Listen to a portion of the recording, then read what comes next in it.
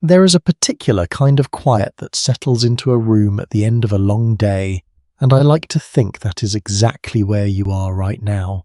Maybe the lights are already off.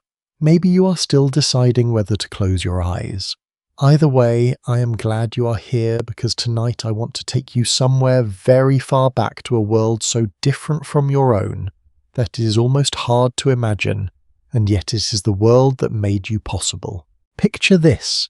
You wake up hungry every single day with no jar of grain in the corner of your shelter, no clay pot by the fire, no leather sack slung over your shoulder. You have your 2 hands, your teeth, and whatever you can hold against your body as you walk. That is the entire inventory of human civilization for most of our story. And the question this part of our journey answers is a simple one, but it shaped everything that came after it. How do you feed a family, protect a child, and survive a landscape full of danger when you have no way to carry anything at all? Let me bring you into one afternoon somewhere on the savannah of Eastern Africa, roughly 200,000 years ago. A woman walks along a dry riverbed as the light turns amber.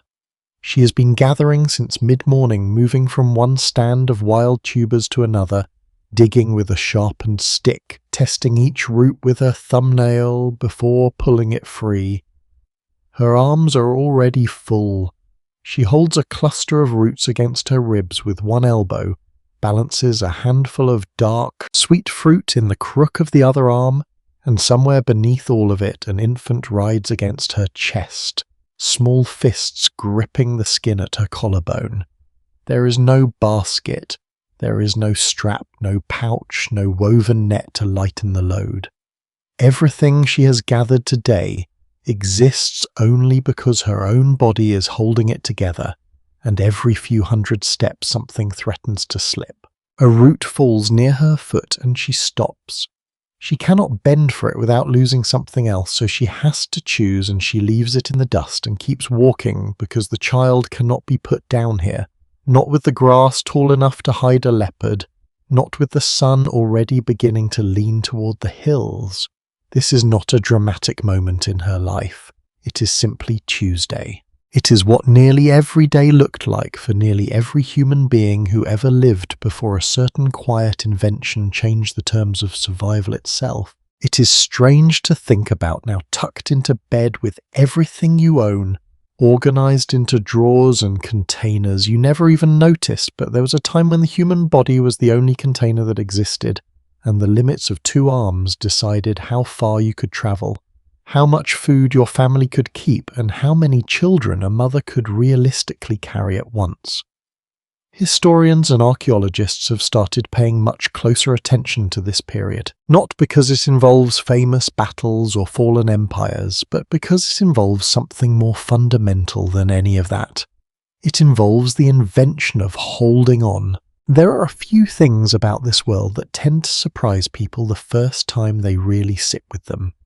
For one, the earliest humans were almost certainly capable of far more forward planning than we once assumed, and yet without a way to store or transport surplus, that planning had almost nowhere to go. For another, some of the very first tools our ancestors likely made were not weapons at all, but simple slings and pouches fashioned from skin or bark, built for no other purpose than to free a single pair of hands. And perhaps strangest of all, this invention that eventually solved this problem, something as ordinary as a woven bag, may have done more to shape the course of human migration and survival than fire itself, because fire warms you where you are, but a container lets you carry what you need to somewhere you are not yet.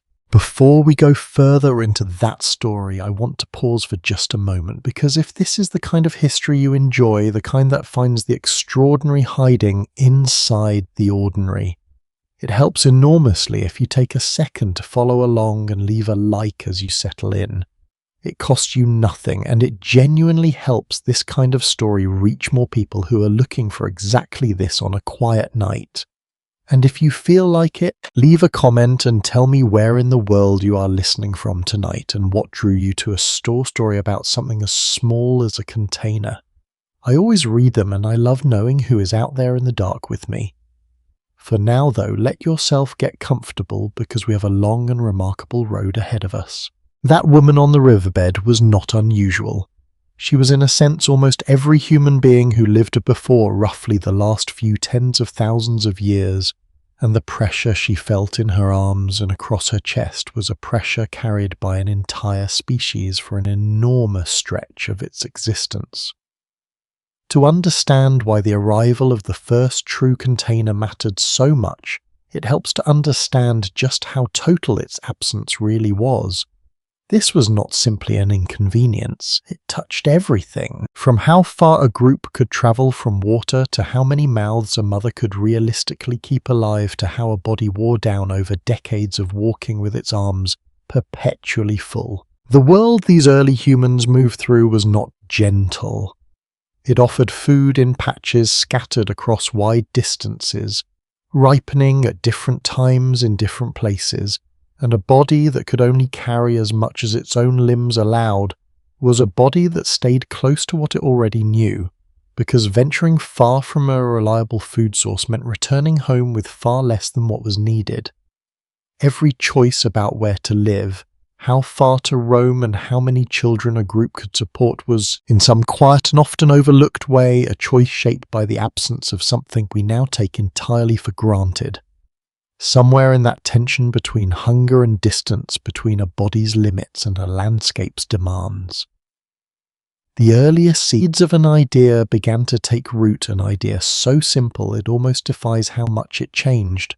What if you did not have to hold everything yourself? What if something else could hold it for you? That idea did not arrive all at once, and it did not arrive without cost. It came slowly through trial, through loss, through generations of hands testing bark, hide, vine, and root fibre against the same stubborn problem that had shaped human life since the very beginning.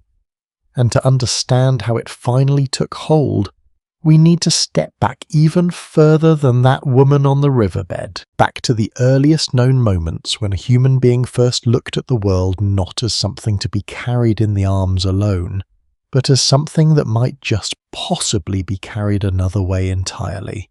Consider for a moment what a single day actually demanded of a body with empty hands and nowhere to put anything down. The sun in this world does not rise gently over a cluttered camp full of stored grain and hanging skins of water.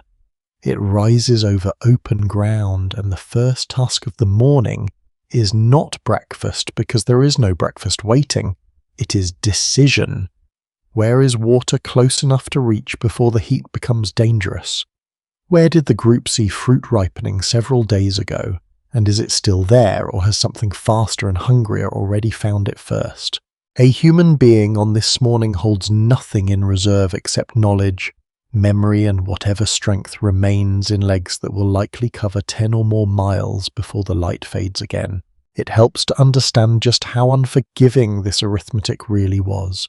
A modern hiker with a well-packed bag can carry food, water, tools, and even shelter for several days at once, spreading the weight evenly across shoulders and hips, engineered fabric doing the work that human muscle alone cannot sustain.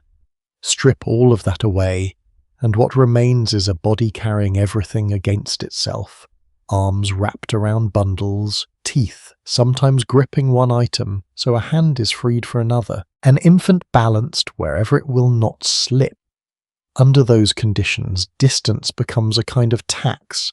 Every extra mile between a safe camp and a promising food source is a mile that must be walked twice, once to find and once to bring back, and the amount that can be brought back is never more than what 2 arms will allow. This single limitation, easy to overlook from where you are lying right now, quietly governed the shape of early human life in ways that reach far beyond simple hunger.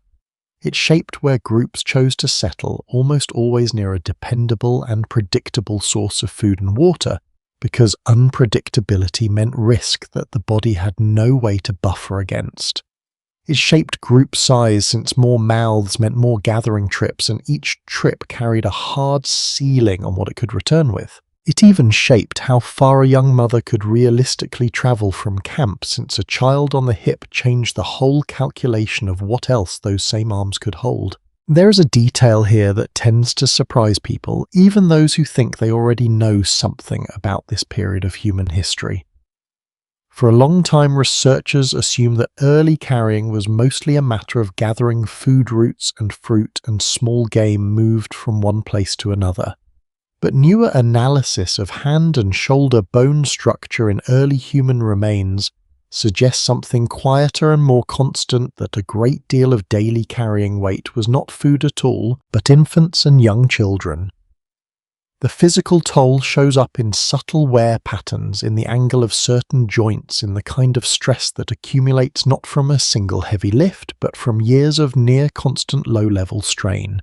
In other words, before there was ever a bag for grain, there was very likely something that functioned as a sling for a child, because a mother without any way to secure an infant against her body simply could not gather food at all, and a group that could not gather food did not survive. That single unglamorous problem, how to keep a child safe while both hands are otherwise occupied, may be one of the quiet driving pressures behind humanity's very first container technologies.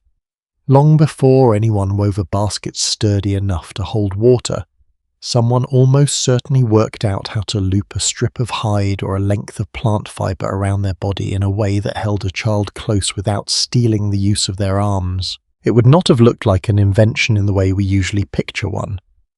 There would have been no single dramatic moment, no lone genius stepping back to admire the result. It would have looked like a woman tying a scrap of skin around her shoulder because her arms ached and her child needed to be somewhere, and it working well enough that she did it again the next day and someone nearby noticed and did the same. Scholars still debate exactly how early this kind of improvised carrying began, largely because the materials involved hide bark plant fiber decay so completely that almost nothing survives in the archaeological record. What we are left with instead are indirect signs, the wear on bones, the biomechanics of what would have been physically possible, and comparisons with hunter-gatherer societies studied in more recent centuries whose members still relied on remarkably similar solutions. A length of hide worn across the body, a woven net slung from the shoulder, a simple pouch tied at the waist.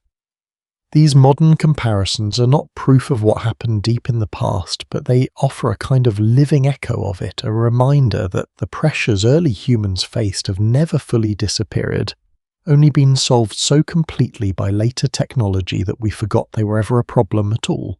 It is worth sitting with how strange this makes the earliest chapters of human history. We tend to imagine our ancestors as defined by their weapon-sharpened stones, spears, the tools of hunting and defense, because these are the objects that survive well enough to end up in museum cases. But the tools that may have mattered just as much, the ones that let a mother keep a child close while still gathering enough food to feed everyone, the ones that let a small group carry surplus back to camp instead of eating everything on the spot, these tools were made of the exact materials least likely to survive the passage of time. Which means the story of early human survival is, in a very real sense, a story with holes in it, not because nothing important happened, but because so much of what mattered most simply rotted away long before anyone could study it. There is a kind of quiet irony sitting inside that gap. The stone tool, blunt and durable, dominates our picture of the deep past because it happens to last. The soft woven, perishable tool, the one that may have done more to keep families alive day to day, has almost entirely vanished, leaving archaeologists to reconstruct its presence the way you might reconstruct a room from the shadows it once cast on a wall. This is part of what makes this particular thread of human history feel less like a settled textbook chapter and more like an ongoing act of careful, patient reading between the lines, and the lines themselves begin to appear if you know where to look. Traces of red ochre found smeared inside ancient seashells' shells that show no sign of ever having held a living creature suggest that humans were repurposing natural containers for their own use. Far earlier than most people assume, tens of thousands of years before anything resembling a woven basket or a fired pot existed.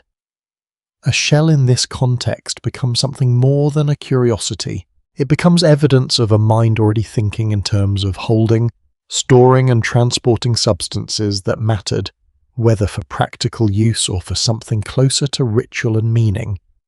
It tells us that the impulse to contain something to keep it safe and portable was present in the human mind long before the technology existed to satisfy that impulse in more sophisticated ways. This is the world, then, that the woman on the riverbed was walking through, a world where every family carried the full weight of its own survival quite literally in its arms, where the difference between a good season and a desperate one might come down to whether a group could reliably move enough food from where it grew to where it was needed, and where somewhere quietly, without ceremony, small solutions were already beginning to take shape.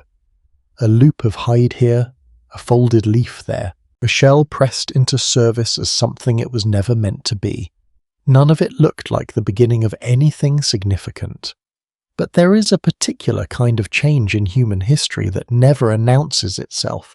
The kind that begins as a single person solving a single afternoon's problem, and it is exactly that kind of change we're about to follow further into the moment when those small scattered solutions started to become something the whole species would come to depend on. There is a particular kind of intelligence that rarely gets celebrated in the story of human origins, and it belongs not to the toolmaker chipping stone into a blade, but to whoever first looked at a folded leaf and realized it could hold water for longer than a cupped palm ever could. Long before anything we would recognize as a proper container existed, the human body itself was pressed into service as the first and most reliable carrying device available. The mouth held small items between the teeth when both hands were full, a habit still visible today in anyone who has ever bitten down on a set of keys while wrestling with a bag of groceries. The crook of the elbow became a shelf for anything round or awkward. The space between chin and chest, pressed tight, could pin a bundle into place for a short walk. None of this required invention in the way we usually think of it. It required only a body paying attention to its own shape and discovering through repetition which parts of itself could substitute for tools that did not yet exist. What is easy to miss, lying comfortably as you are right now, is how much mental effort this constant improvisation actually demanded. Every gathering trip became a small puzzle in physics and priority. If the fruit is heavier than the roots which goes in the crook of the arm and which gets carried against the hip, if the child begins to fuss and needs a free hand to soothe what gets set down and where, and can it be trusted to still be there when returned to? Anthropologists who study surviving hunter-gatherer societies, groups whose way of life still echoes fragments of this much older pattern, have noted how much unconscious calculation goes into a single foraging trip. Even now, weight against distance, spoilage against value one child's needs against another's. It is a kind of quiet mathematics that never appears in any history book because it left no artifact behind except the fact that the species carrying it out managed somehow to survive. The leaf deserves more credit than it usually receives in this story. A broad leaf folded carefully along its own spine can hold water for a short time cup. A handful of berries or wrap around a piece of meat to keep flies away during a walk back to camp. It costs nothing to make, requires no tool to shape, and can be picked up fresh at almost any stop along a foraging route. There is something almost moving in the thought that one of humanity's very first container technologies was not built to last, was never meant to last, and simply had to work well enough to get one person from one place to another before being discarded and forgotten. It represents a kind of thinking that values function completely over permanence, the opposite of how we tend to imagine early human ingenuity today, all flint and fire and dramatic breakthrough. Sometimes the breakthrough was simply this: a leaf folded, correctly held. Animal hide tells a more complicated story and a more consequential one. Once early humans had already developed the skill to work skins for warmth and shelter. The leap to using a scrap of hide as a pouch or sling was not a large one, but it required something the leaf did not planning that extended beyond a single trip. A worked hide had to be prepared in advance, often sometimes tied into a rough shape and then kept carried reused. This marks a subtle but important shift in how early humans related to their own tools. A leaf is found and discarded. A hide pouch is made and kept, which means it has to be remembered, retrieved, cared for.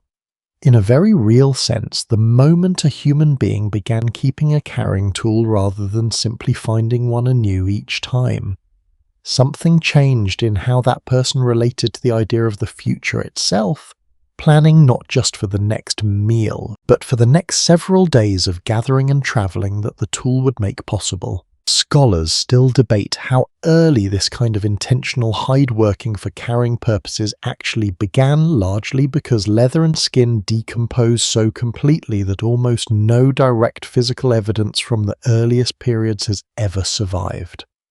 What researchers rely on instead is a careful reading of indirect clues. The presence of scraping tools clearly designed for softening hideware patterns on stone implements consistent with working skin rather than butchering meat, and comparative studies of societies who continued using remarkably similar hide-carrying methods well into recent centuries. One detail that tends to surprise people is just how sophisticated some of these later hide-carrying devices became. Cradle boards among certain North American peoples, for instance, engineered with real structural thought given to weight distribution and a child's safety and comfort. A level of design intelligence that almost certainly had much older, much simpler ancestors stretching back far beyond any written or oral record we still have access to. There is a particular kind of evidence too that comes from a place you might not expect the string itself. In recent years, researchers examining a Neanderthal site in a cave in France uncovered a small fragment of cord twisted from the inner bark of a tree dated to somewhere between 41,000 and 52,000 years old. It is barely larger than a fingernail, and at first glance it might seem too small a thing to matter. But cord of this kind does not appear by accident. Twisting plant fibre into a durable cord requires understanding fibre structure, tension and technique passed down and practiced over time, and a single strand of cord is very rarely the end of the story. Cord leads to netting. Netting leads to woven bags.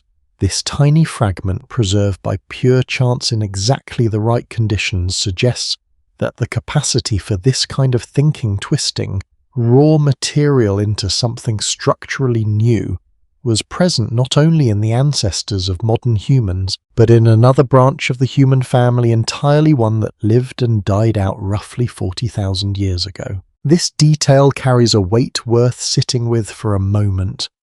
For a long time, the popular image of the Neanderthal was blunt and simple, closer to brute survival and careful craft. That picture has been steadily dismantled over the past few decades, and a small twisted fragment of cord is part of what dismantled it.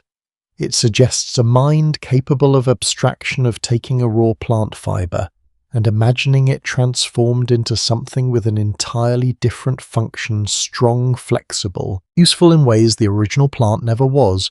If Neanderthals were twisting cord tens of thousands of years before the more familiar chapters of human history begin, then the impulse to build containers to hold, carry and keep may run even deeper into the human family tree than most people realize. Older than our own species, older than the particular line of descent that eventually produced everyone listening to this story tonight. None of this happened as a single clean sequence, first the leaf, then the hide, then the cord, each neatly replacing the last. The evidence we do have fragmentary as it is suggests something messier and more human than that, different groups in different places, arriving at different solutions depending on what materials were close at hand. A coastal group turning toward shells and kelp fibre, an inland group turning toward bark and hide, a group near a river, perhaps experimenting with reeds long before anyone thought to weave them into anything resembling a basket. The evidence remains incomplete, and it likely always will, because so much of what these early people made was built to be used up, worn out or left behind, not preserved for a future they had no way of imagining, let alone a distant audience listening to their story from the comfort of a bed tens of thousands of years later. What ties all of these scattered, half-visible solutions together is not any single material or method, but a shared pressure, pushing every group in roughly the same direction, the same pressure the woman on that riverbed felt in her arms, the same pressure written quietly into the bones of mothers whose joints still bear the marks of a lifetime spent carrying children with nothing to help them. Wherever humans went, whatever landscape they found themselves adapting to, the same basic problem waited for them. Arms that could only hold so much, and a world that constantly demanded more than two hands could manage. And wherever that problem appeared in one form or another, a solution eventually began to take shape. It is tempting to imagine this as a slow, steady climb, one clever idea building neatly on the last, but the truth sitting underneath the evidence is far less tidy and far more interesting. Somewhere between the folded leaf and the twisted cord there is a long stretch of trial, failure, and quiet persistence that the archaeological record can only gesture toward, never fully describe. And it is in exactly that uncertain half-lit stretch of time that something else begins to stir, something that will eventually turn these small personal solutions into a technology powerful enough to reshape how an entire species moved across the earth. Something shifts quietly once you start looking at stone the way archaeologists have learned to look at it, not as a weapon or a blade, but as a clue about distance. At a place called Olduvai Gorge in what is now northern Tanzania, researchers have spent decades studying some of the very earliest stone tools ever made by human ancestors, simple flakes and cores struck from rock more than 2 million years ago. On its own, a sharpened stone tells you that someone understood how to strike one rock against another with enough control to produce a useful edge. But researchers looking closer at these particular tools notice something that at first seems like a small technical detail and turns out to carry enormous weight. The stone these early toolmakers chose was not always the stone lying closest at hand. In many cases it had come from several miles away, sometimes farther, carried across open ground to the exact spot where the tools were finally shaped and used. This detail deserves a moment of real attention, because of what it quietly implies. Carrying raw stone across several miles of unpredictable terrain, likely past predators, likely under a punishing sun, is not something a person does for no reason.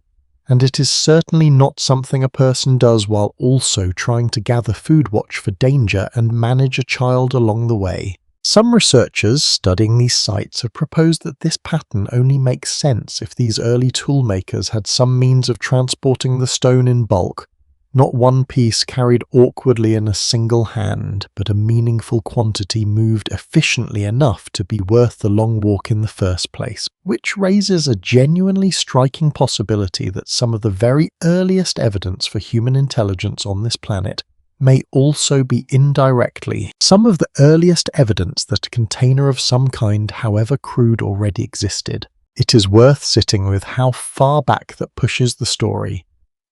If this interpretation holds, the impulse to carry, contain and transport is not a clever refinement that came after toolmaking, something added on once humans had already grown reasonably sophisticated.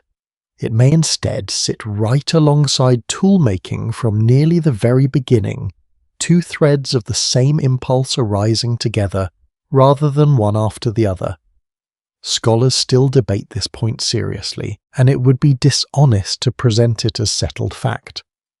The stone itself cannot prove that a leather sling or a woven pouch carried it those several miles.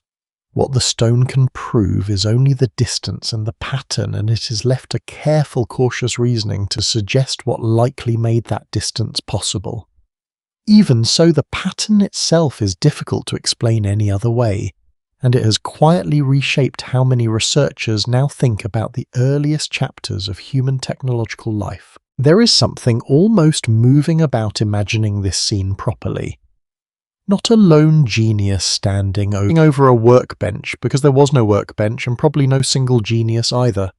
More likely a small group moving together along a familiar route, someone carrying a bundle of raw stone gathered from a favoured outcrop because experience had taught them that this particular stone struck cleaner, held a sharper edge, lasted longer under repeated use. That knowledge alone, knowing which stone was worth the extra effort, already represents a striking level of forward thinking for a species this early in its own story. Add to it the physical means of actually carrying that stone in useful quantity, and you begin to see something that looks less like simple survival instinct and more like the earliest visible seeds of planning, memory, and preference working together. What makes this period so quietly remarkable is how much it complicates the old, simpler story many people still carry in their heads, the idea of early human ancestors as little more than reactive, driven only by immediate hunger and immediate danger, thinking no further ahead than the next few hours. The reality emerging from sites like this one suggests something more layered. These early toolmakers appear to have understood their landscape well enough to know where good stone could be found, remembered that knowledge well enough to return to it deliberately, and organized themselves well enough to move a meaningful supply of that stone back to where it would actually be used. None of this required language as we understand it today, and none of it required anything resembling what we would call a plan written out or spoken aloud. But it required something. A kind of quiet, embodied foresight passed along through observation and repetition rather than words. There is a lesser-known detail from this same period worth pausing on, one that rarely makes its way into the popular telling of human origins. Researchers examining these ancient tool-making sites have found that the stone was not only carried, but in many cases sorted. Different types of rock, chosen for different purposes, appear together at single sites in patterns too consistent to be accidental. Harder stone favoured for percussion, sharper flaking stone reserved for cutting edges. This suggests that whatever was used to transport this material was doing more than simply moving weight from one place to another. It was likely organising that weight, keeping different kinds of stone separate and identifiable, which is a far more sophisticated behaviour than carrying alone would require.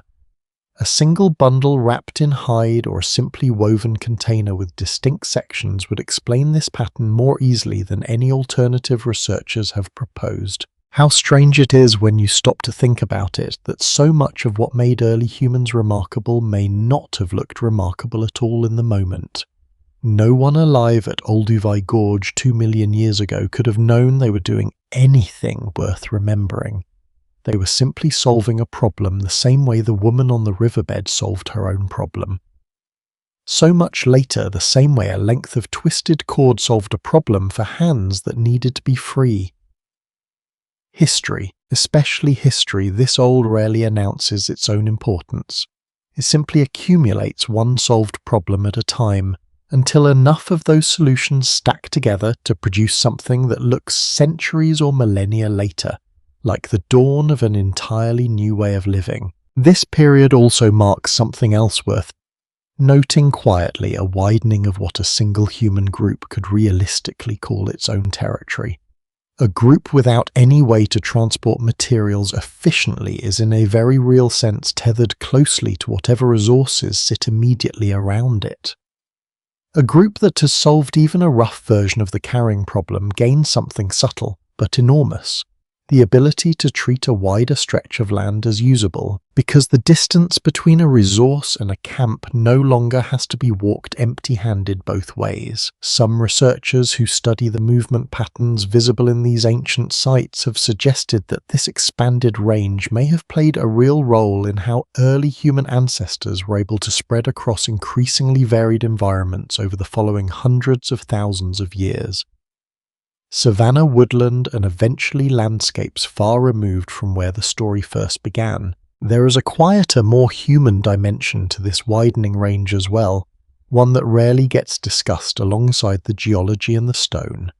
A group whose foraging range has grown even modestly gains something beyond food and material, a buffer against bad luck. In a landscape where any single patch of ground might fail to produce enough in a given season, a drought, a fire, A herd that simply moved elsewhere, the ability to reach slightly farther, to draw on more than one small stretch of territory, likely meant the difference between a hard season and a fatal one. Carrying in this light was not only about convenience or efficiency, it was a form of insurance quietly built into the landscape itself long before anyone had a word for the idea. It raises a question worth sitting with for a moment, not to unsettle you, but simply to turn over quietly in the dark. How much of what allowed our ancestors to spread as widely as they did across the earth had less to do with cleverness in the abstract and more to do with something as unglamorous as figuring out how to move things from one place to another without wearing the body down past its limits? It is not the kind of question with a clean answer, but it is the kind of question that reshapes how you look at everything that follows every migration, every settlement, every distant journey a group of early humans ever miss away from the place they had always known. None of what these early toolmakers were doing yet resembled anything we would recognize as a finished container. There was no basket at Olduvai Gorge, no woven bag, nothing that has survived in any form we could point to directly. What survived instead is only the pattern the stone itself left behind, a quiet trail of distance, sorting and choice, hinting at something that must have existed to make that distance possible, even though the thing itself is long gone, dissolved back into the earth millions of years ago. And it is precisely in that gap between what the evidence hints at and what it cannot quite prove that the next stage of this story begins to take a clearer, more urgent shape, as the pressure that had been quietly building for millions of years finally starts pushing early humans towards something the archaeological record can at last begin to see a little more clearly. Hunger in this world does not arrive as an occasional inconvenience. It arrives as a kind of permanent background hum present in the body almost every day, because there is no way to hold on to yesterday's surplus and no way to prepare for tomorrow's shortage. To understand why, it helps to think for a moment about what food actually does once it is gathered. A ripe fruit begins to spoil within hours in the heat of an open savanna. Meat without any way to preserve it turns dangerous to eat within a single day, sometimes less. Even roots and tubers, hardier than most things nature offers, will not keep indefinitely once pulled from the ground. In a world with no clay pot to seal food away from air, no woven basket line to keep out insects, no cool cellar dug into the earth and covered against the sun, almost everything gathered in a morning had to be eaten by evening, or it was lost. This is not a minor detail of early human life. It is close to the central fact of it. Consider what this actually meant for a group moving through a single week. A successful hunt might bring down an animal large enough to feed 20 people for several days under different circumstances, but without any reliable way to preserve that meat. Much of it had to be eaten quickly, shared out immediately, consumed in a burst of abundance that stood in sharp contrast to the leaner days that would inevitably follow. Anthropologists studying the feeding patterns of early human ancestors and the hunter-gatherer societies who continued similar ways of life into recent centuries have described this rhythm using a phrase that captures its strange uneven shape rather well. Feast and famine, not as two separate conditions the body might occasionally cycle between, but as the ordinary expected texture of daily existence. A body built by this rhythm over hundreds of thousands of years is a body shaped by uncertainty in a way that is almost impossible for those of us reaching into a refrigerator whenever we please to fully imagine. There is a detail here that surprises many people the first time they encounter it, something written directly into human biology itself. Researchers studying human metabolism have long puzzled over why the human body is so remarkably efficient at storing fat compared to many other primates, and why that fat storage is distributed across the body in a way that differs meaningfully from our closest living relatives. One widely discussed explanation ties this directly back to exactly the problem we are sitting with tonight, a food supply that could not be stored outside the body, only inside it. If a container cannot hold tomorrow's meal, then perhaps the body itself has to become the container, and human fat storage on this reading becomes less a modern inconvenience and more an ancient survival strategy, quietly built into flesh because nothing else was available to do the job. It is a strange thought to sit with in the dark that a piece of your own body's basic architecture, something as ordinary as how you store energy, may trace its roots back to a world with no basket, no pot, and no cellar, a world where the only reliable storage vessel a person had access to was their own frame. The evidence remains incomplete on exactly how much of human fat distribution can be explained this way, and researchers continue to weigh this explanation against several others involving temperature regulation, reproduction, and brain development, all of which likely played some role as well. But the storage explanation has remained a serious and widely respected part of the conversation for a reason. It fits so naturally into everything else we know about the pressures early humans faced a body doing quietly internally what no external container yet existed to do. There is another less obvious strategy. Early humans appear to have relied on one that shows up not in fat tissue but in the marks left on ancient animal bones. When researchers examine bones from early human sites, they often find deliberate fractures at the ends of limb bones, breaks that served no purpose in removing meat since the meat itself had likely already been stripped away. What these fractures do expose is the marrow hidden deep inside a dense calorie-rich substance that, unlike the meat surrounding it, does not spoil nearly as quickly protected as it is by a thick casing of bone. Some researchers studying these sites believe that marrow may have functioned as one of the very few forms of naturally stored food available to early humans, a kind of food that could be returned to over several days after a kill, long after the meat itself had already been consumed or had spoiled beyond safety. It is a striking thought that bone itself, sealed and dense, may have served as one of the earliest containers early humans ever relied on, not built by human hands at all, but discovered and used with real intention inside the very animals they hunted. The daily rhythm shaped by this uncertainty went beyond biology and reached deep into the social fabric of these early groups as well. Sharing meat immediately after a successful hunt was not simply generosity in the way we might think of it today, an optional kindness extended to others. Among many hunter-gatherer societies studied by anthropologists, including groups such as the Hadza of northern Tanzania, whose way of life has offered researchers a living window into patterns that likely stretch back much further. Meat sharing functions as something closer to a survival system distributed across an entire community, a kind of insurance policy carried not in a vault but in memory and obligation. If you cannot store your own surplus for the lean days ahead, the next best option is to make sure that when someone else has a surplus they share it with you, on the understanding that the favor will be returned when your own luck turns. Some researchers have proposed that this exact dynamic, the total absence of physical storage, may have played a meaningful role in strengthening early human cooperation social bonds that in a strange and roundabout way functioned as a kind of storage system built not out of any material at all, but out of trust between people. It raises a question worth turning over quietly. If early humans could not keep food, could they in some sense keep each other instead? The obligations, the memory of who had shared with whom, the quiet expectation that generosity today would be returned tomorrow, all of it functioning almost like a bank without a vault, a ledger held only in memory and reputation.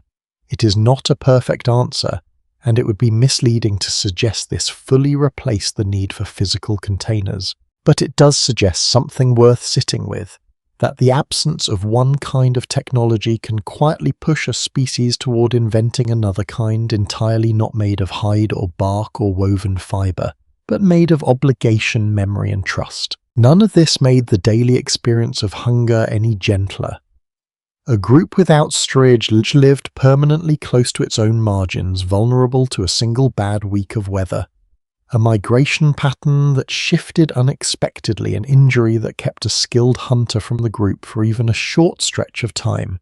There was very little cushion built into this way of living, and the cushion that did exist was almost entirely social rather than material, dependent on the willingness of others to share what little they had.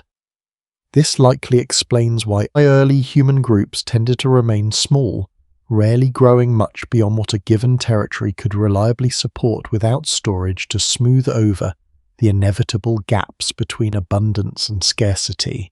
A larger group meant more mouths competing for a food supply that could never be banked against a future shortfall, and the mathematics of survival, quiet and unforgiving, kept most groups within a narrow and workable range. There is a particular kind of exhaustion too that this rhythm placed on the body over a lifetime, one that rarely makes its way into how we imagine the deep past. It is easy from the comfort of tonight to picture early humans as lean and capable, moving efficiently through a hunt or a long gathering trip. What is harder to picture is the accumulated weight of never quite knowing meal to meal whether enough would be found, and the low, constant psychological toll that kind of uncertainty carries even in people today who experience only a fraction of it. Some researchers who study stress physiology in modern populations facing genuine food insecurity have drawn cautious, careful comparisons to what this kind of life might have meant for early humans. Always careful to note that direct comparison across such a vast span of time can only go so far. Still, the comparison offers something valuable, a reminder that the story of early human survival was not only a story of clever solutions and gradual progress, but also quietly and constantly a story of endurance. Seasons made this endurance harder still. In many of the environments early humans occupied, food did not arrive evenly across the year, but in waves, a certain fruit ripening. For only a few short weeks, a migratory herd passing through, only once or twice each year a river's fish running thick for a season and then thinning to almost nothing. Without any way to smoke dry salt or seal away a portion of that seasonal abundance for later, an entire year's rhythm became a long, even negotiation between brief windows of plenty and much longer stretches of careful, watchful scarcity. It is difficult, lying warm and fed as you likely are right now, to fully absorb what it must have meant to watch a season of abundance and knowing that nothing from it could be carried forward, that the only thing to do was walk on and hope the next place held enough to matter. And endurance in this particular chapter of the story was slowly running up against its own limits.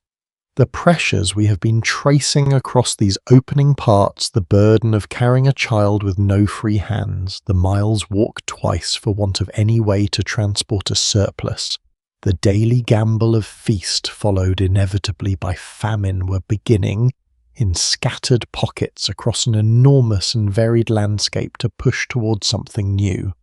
Not a single dramatic breakthrough, arriving all at once and changing everything overnight, but something quieter and slower, a gradual accumulation of small, workable solutions finally beginning to take a shape solid enough and useful enough that the archaeological record can, for the first time in this story, start to catch a real glimpse of it. Somewhere in what is now South Africa, in a rock shelter above a dry sun-scorched valley, archaeologists uncovered something that quietly rewrites how we should think about the moment.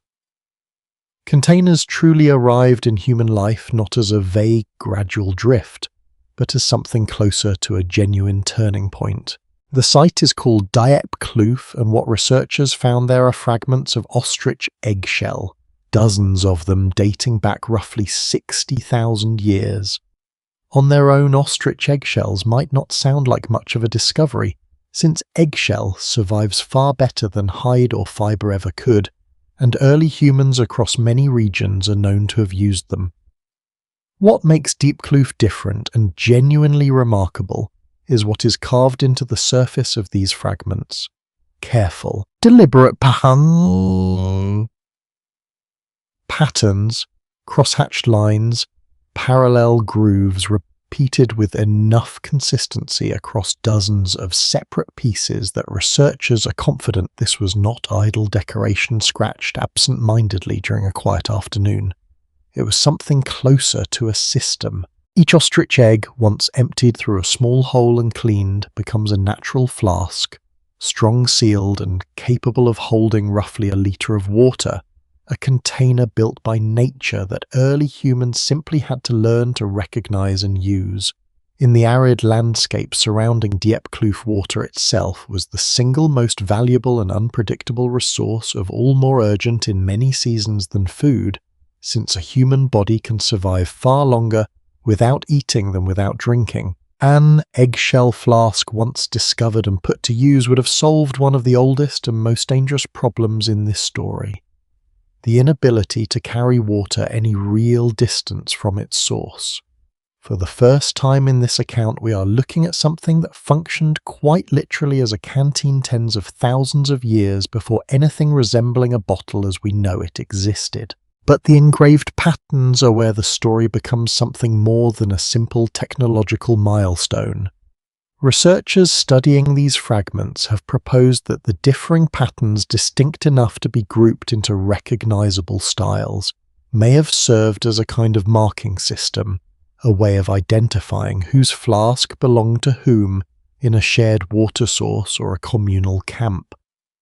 Imagine for a moment a group returning to a favoured spring after days of travel, several families filling their eggshell containers at the same source and needing some reliable way to know later which flask carried water gathered by which hand, which group, which claim. A scratch pattern, consistent and repeated, solves that problem elegantly without a single word needing to be spoken. If this interpretation holds, and many researchers who have studied the site believe it does, these engraved shells may represent one of the earliest examples we have of humans using a physical object not only to hold something, but to communicate ownership, identity, and belonging tens of millennia before anything resembling writing would ever exist. What deepens this discovery further is something visible only when the shell fragments are studied not as a single collection, but layer by layer, following the long sequence of occupation at the rock shelter itself. The engraving patterns did not stay the same across the many centuries people returned to this site. They shifted gradually from one recognizable style to another, and then shifted again distinct phases, separated by what researchers estimate as hundreds, and in some cases well over 1,000 years apiece. This detail matters enormously because a pattern that changes together across an entire community generation after generation is not simply a personal habit passed from one person's hand to their own memory. It is evidence of a shared convention learned, taught, and gradually revised, the kind of cultural transmission we usually associate with far more recent chapters of human history. Somewhere in that dry valley, 60,000 years ago, something recognizable as tradition, a way of doing things that a group agreed upon and passed down and eventually changed on its own terms, was already quietly at work. It is worth sitting with how much weight that idea carries. A container in this reading becomes more than a solution to a physical problem. It becomes a kind of early language etched, not in words, but in pattern and repetition, carried on an object precious enough and personal enough that marking it mattered, and important enough that the marking itself was worth updating as fashions or customs shifted across generations.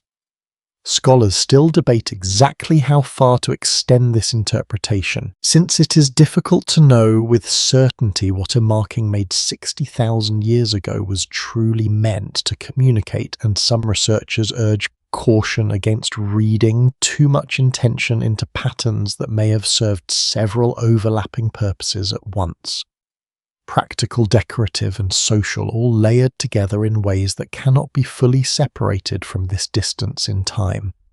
But even with that caution, built in the consistency of the patterns across so many fragments, found across a long span of occupation at the same site, is difficult to explain as pure coincidence. There is a living echo of this same practice that survives into the present day, and it offers a rare and grounding kind of confirmation. Among certain communities in the Kalahari region, not far from where Diepkloof itself sits, ostrich eggshell containers remain in active use, carried on long journeys across dry terrain, and in some cases buried in advance along a known travel route filled with water and covered with sand, a kind of pre-planned cache left behind for a future journey through the same unforgiving landscape. Anthropologists documenting these practices in more recent centuries were, in a real sense, watching a living descendant of a technology that likely stretches back tens of thousands of years, largely unchanged in its essential logic, even as the world around it transformed almost beyond recognition. It is a rare thing in this kind of history to be able to stand in the present and see, still functioning, still solving the exact same problem, a technology this old. What makes Diepkloof feel like a genuine turning point rather than simply another data point along a long, slow continuum is how it brings together threads we have been following since the very beginning of this story. The leaf that could not last, the hide that had to be shaped and kept, the twisted cord that hinted at minds capable of transforming raw material into something new. Here at last is a container durable enough to survive tens of thousands of years largely intact, capable of holding the single most urgent resource in an arid landscape and marked with a level of intention that suggests these early humans understood something profound, that an object built to hold something could also in its own quiet way hold meaning. There is a detail from this same general period that tends to surprise people precisely because it runs against how most of us picture early technology developing.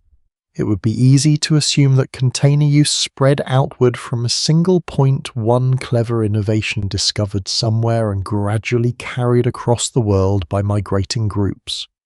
The evidence instead suggests something far more scattered and in its own way more remarkable. Similar innovations, shells used as vessels, natural materials repurposed for holding and carrying, appear to emerge independently in multiple regions at roughly comparable points in time, separated by enormous distances with no clear evidence of contact between the groups involved.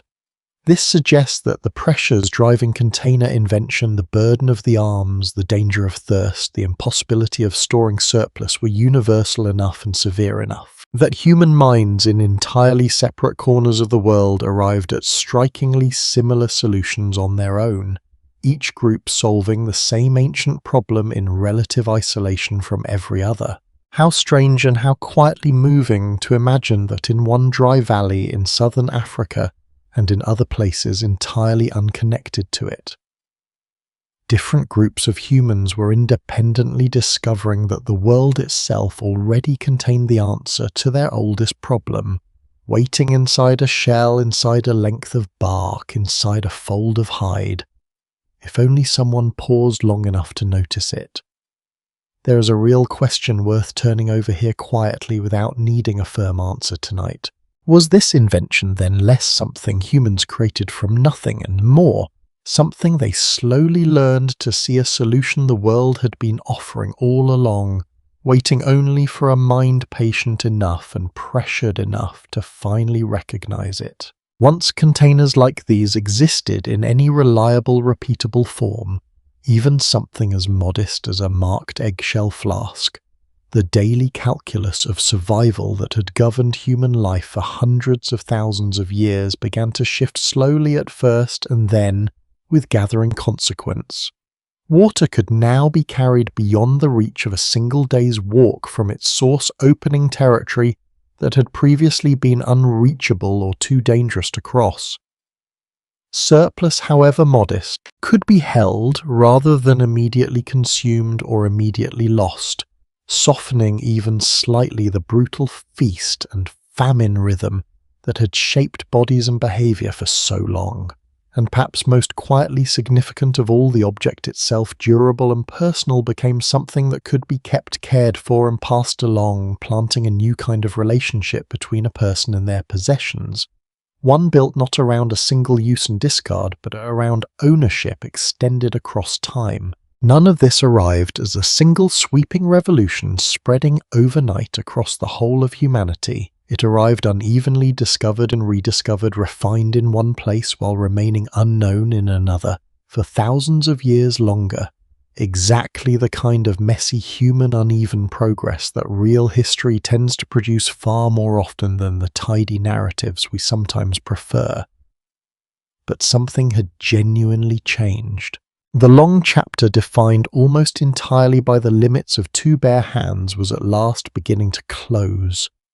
Even if it would take an enormous span of time yet before its final consequences fully revealed themselves. And it is precisely those consequences, the way this quiet invention began reaching into every corner of how early humans lived, moved and survived together, that the story is about to turn toward next. There is one more thread worth pulling before we leave this valley behind. The eggshell itself, once emptied and marked, was rarely used only once. Where patterns along the drilled openings of several fragments suggest repeated handling over what may have been years of use, refilled again and again at the same trusted spring, carried out on hunting trips, brought home, set aside and taken up again. This is a small detail easy to pass over, but it marks something quietly significant in how these early humans were beginning to relate to the objects around them. A leaf gathered and discarded within the hour asks nothing of its owner beyond the moment of its use. An eggshell flask, engraved, refilled, carried across years, asks for care, for memory, for the simple daily habit of keeping something safe because it will be needed again tomorrow and the day after that and the season after that. In an object this humble, you can already see the faint outline of something that would eventually become one of the defining habits of settled human life, the quiet, unremarkable act of keeping things. There is a particular kind of arithmetic that governed early motherhood, one written not in any language, but in the simple, unforgiving math of how many things two arms can hold at once, and it deserves to be sat with carefully because it touches the very heart of what made this period of human history so quietly demanding. Human infants are born more helpless for longer than the infants of almost any other primate. A young chimpanzee within days of birth can grip its mother's fur tightly enough to ride along on her back or belly, freeing her hands almost entirely for climbing, foraging and defense. A human infant cannot do this.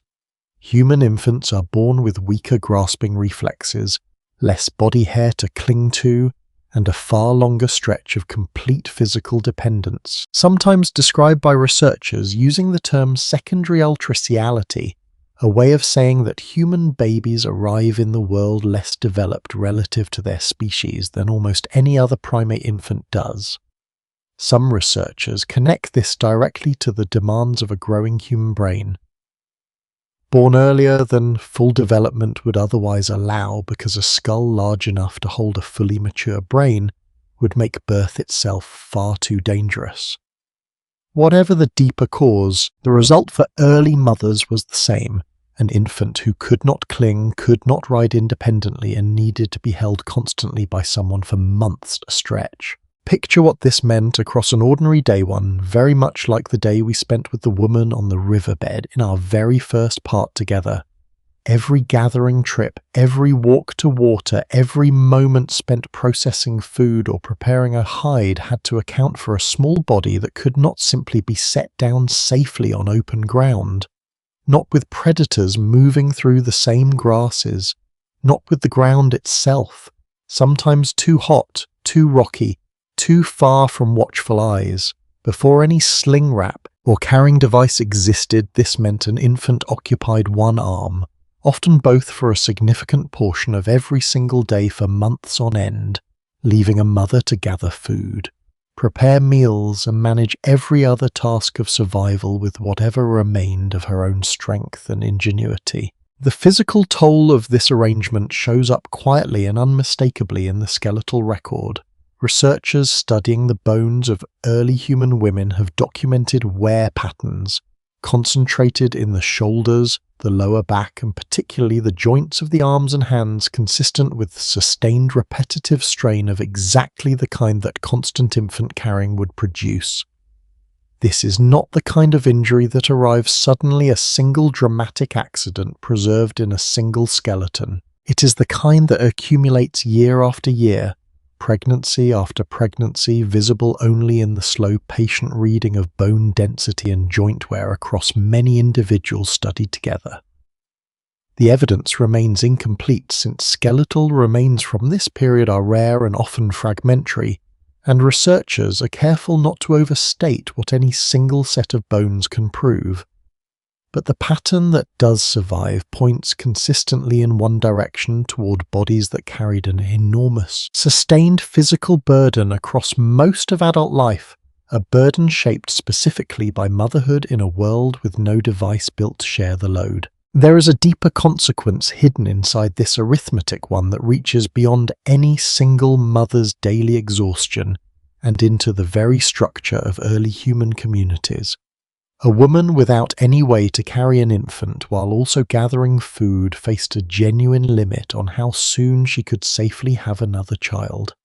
Caring for one infant who required near constant holding already consumed most of what a body could give. A second child arriving too soon after the first, before the older child could walk and keep pace independently, would have placed a demand on that same body that very few mothers could realistically meet alone. Some researchers who study birth spacing in early human populations have proposed that this exact physical constraint, the sheer impossibility of carrying two dependent children at once, without any assisting device, may have played a real role in shaping how far apart human births tended to fall, typically several years, considerably longer than the spacing seen in many other primates whose infants can cling and move independently far sooner. It is worth turning this over gently because it reframes something we might otherwise take for granted. The wide spacing between human siblings in traditional societies not simply as a matter of biology working on its own, but as biology meeting a hard physical ceiling, a ceiling drawn directly by the absence of any tool that could take even part of an infant's weight off a mother's own arms. Once, much later in this story, a sling or a wrap did exist, that ceiling would begin to lift, if only slightly, and some researchers have wondered aloud whether the earliest carrying devices, humble as they were, may have quietly influenced birth spacing patterns in ways that rippled forward across entire populations, shifting how quickly groups could grow and how much strain any single mother had to bear alone.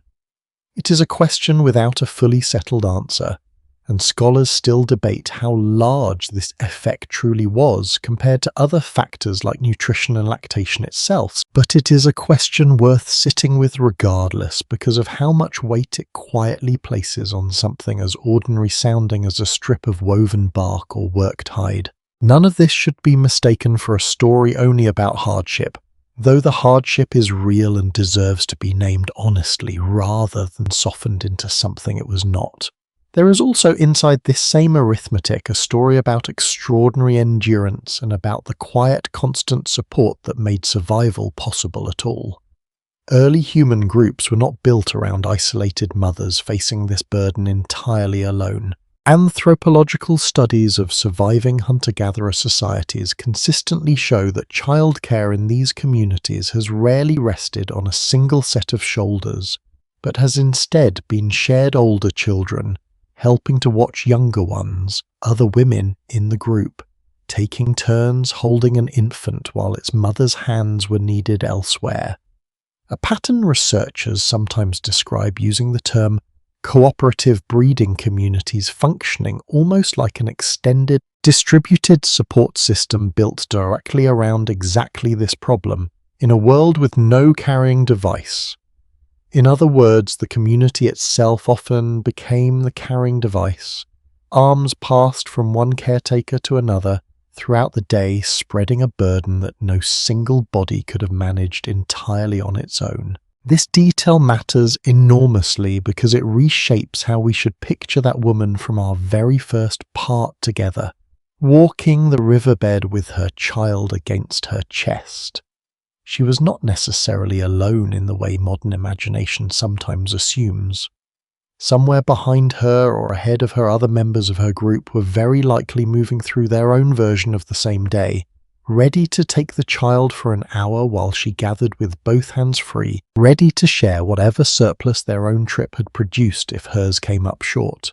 The burden was real and the physical toll was real, but it was rarely carried in complete isolation.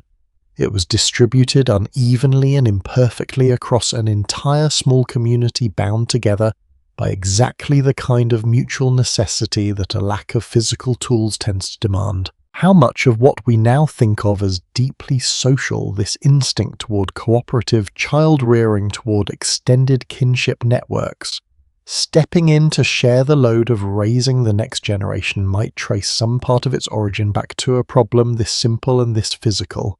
A body that cannot carry everything alone learns out of necessity, rather than sentiment, to lean on the bodies around it, and across enough generations that leaning becomes something closer to instinct, something closer to culture itself. The stakes woven through this entire chapter of the story were never abstract. They lived in tired arms at the end of a long day in the quiet vigilance of a mother, watching the grass around her child while her own hands worked at some other task, in the careful unspoken calculations of an entire community working out day by day how to keep its smallest and most vulnerable members safe, without a single device built specifically for that purpose. It is a weight worth acknowledging honestly, without exaggeration and without flinching, because it is precisely this weight, carried for so long by so many, that makes everything still ahead in this story feel as significant as it truly is. Because somewhere in the layers of earth still waiting to be examined, in caves and shelters scattered across an enormous and varied landscape, the physical evidence of how humans finally began to answer this burden is quietly waiting to be read fragment by careful fragment, by the patient hands of researchers who have spent entire careers learning how to listen to what the ground has kept. To understand how researchers can speak with any confidence at all about technologies, this fragile ones that vanished from the physical record almost as quickly as they were made, it helps to visit a place where the ground itself did something almost impossible. It kept a memory of something that should never have survived. The site sits in what is now the Czech Republic, near two small settlements called Dolní Věstonice and Pavlov, and the people who lived there roughly 27,000 years ago left behind something researchers did not fully appreciate until decades after it was first uncovered. Scattered among the usual remains of any ancient hearth, broken stone tools, animal bone charcoal archaeologists found thousands of small fragments of fired clay. For years, these fragments were treated as unremarkable simple byproducts of people working with clay near an open fire. It was only when a researcher named Olga Soffer began examining the surfaces of these fragments far more closely using magnification, most earlier excavators had not thought to apply, that something extraordinary came into focus. Pressed into the clay before it hardened in the heat of the fire were faint, delicate impressions. Not random marks, patterns. The unmistakable cross-hatched texture of woven cordage netting, and in some fragments something that closely resembled the weave of an actual textile. What had happened, researchers now believe, is something almost accidental and entirely fortunate for anyone hoping to understand this period of human history. A woven object, a net, a small basket, perhaps even a scrap of cloth or a bag came into contact with soft, unfired clay near a hearth. Whether dropped discarded or simply set down for a moment and left its impression behind before decomposing completely the way every other example of this technology from this period has done. Then, by chance, that same clay was later exposed to fire intense enough to harden it permanently, and in doing so sealed the ghost of the woven object into the clay itself. A photograph taken by accident, developed by heat and preserved for 27,000 years. The woven object itself is entirely gone dissolved back into the earth, exactly as we would expect following everything this story has already told us about how poorly organic material survives. but its shape, its texture, the precise pattern of its weave, none of that vanished. It endured hidden inside baked clay, waiting for someone patient enough to notice. This detail deserves real weight because of what it quietly overturns.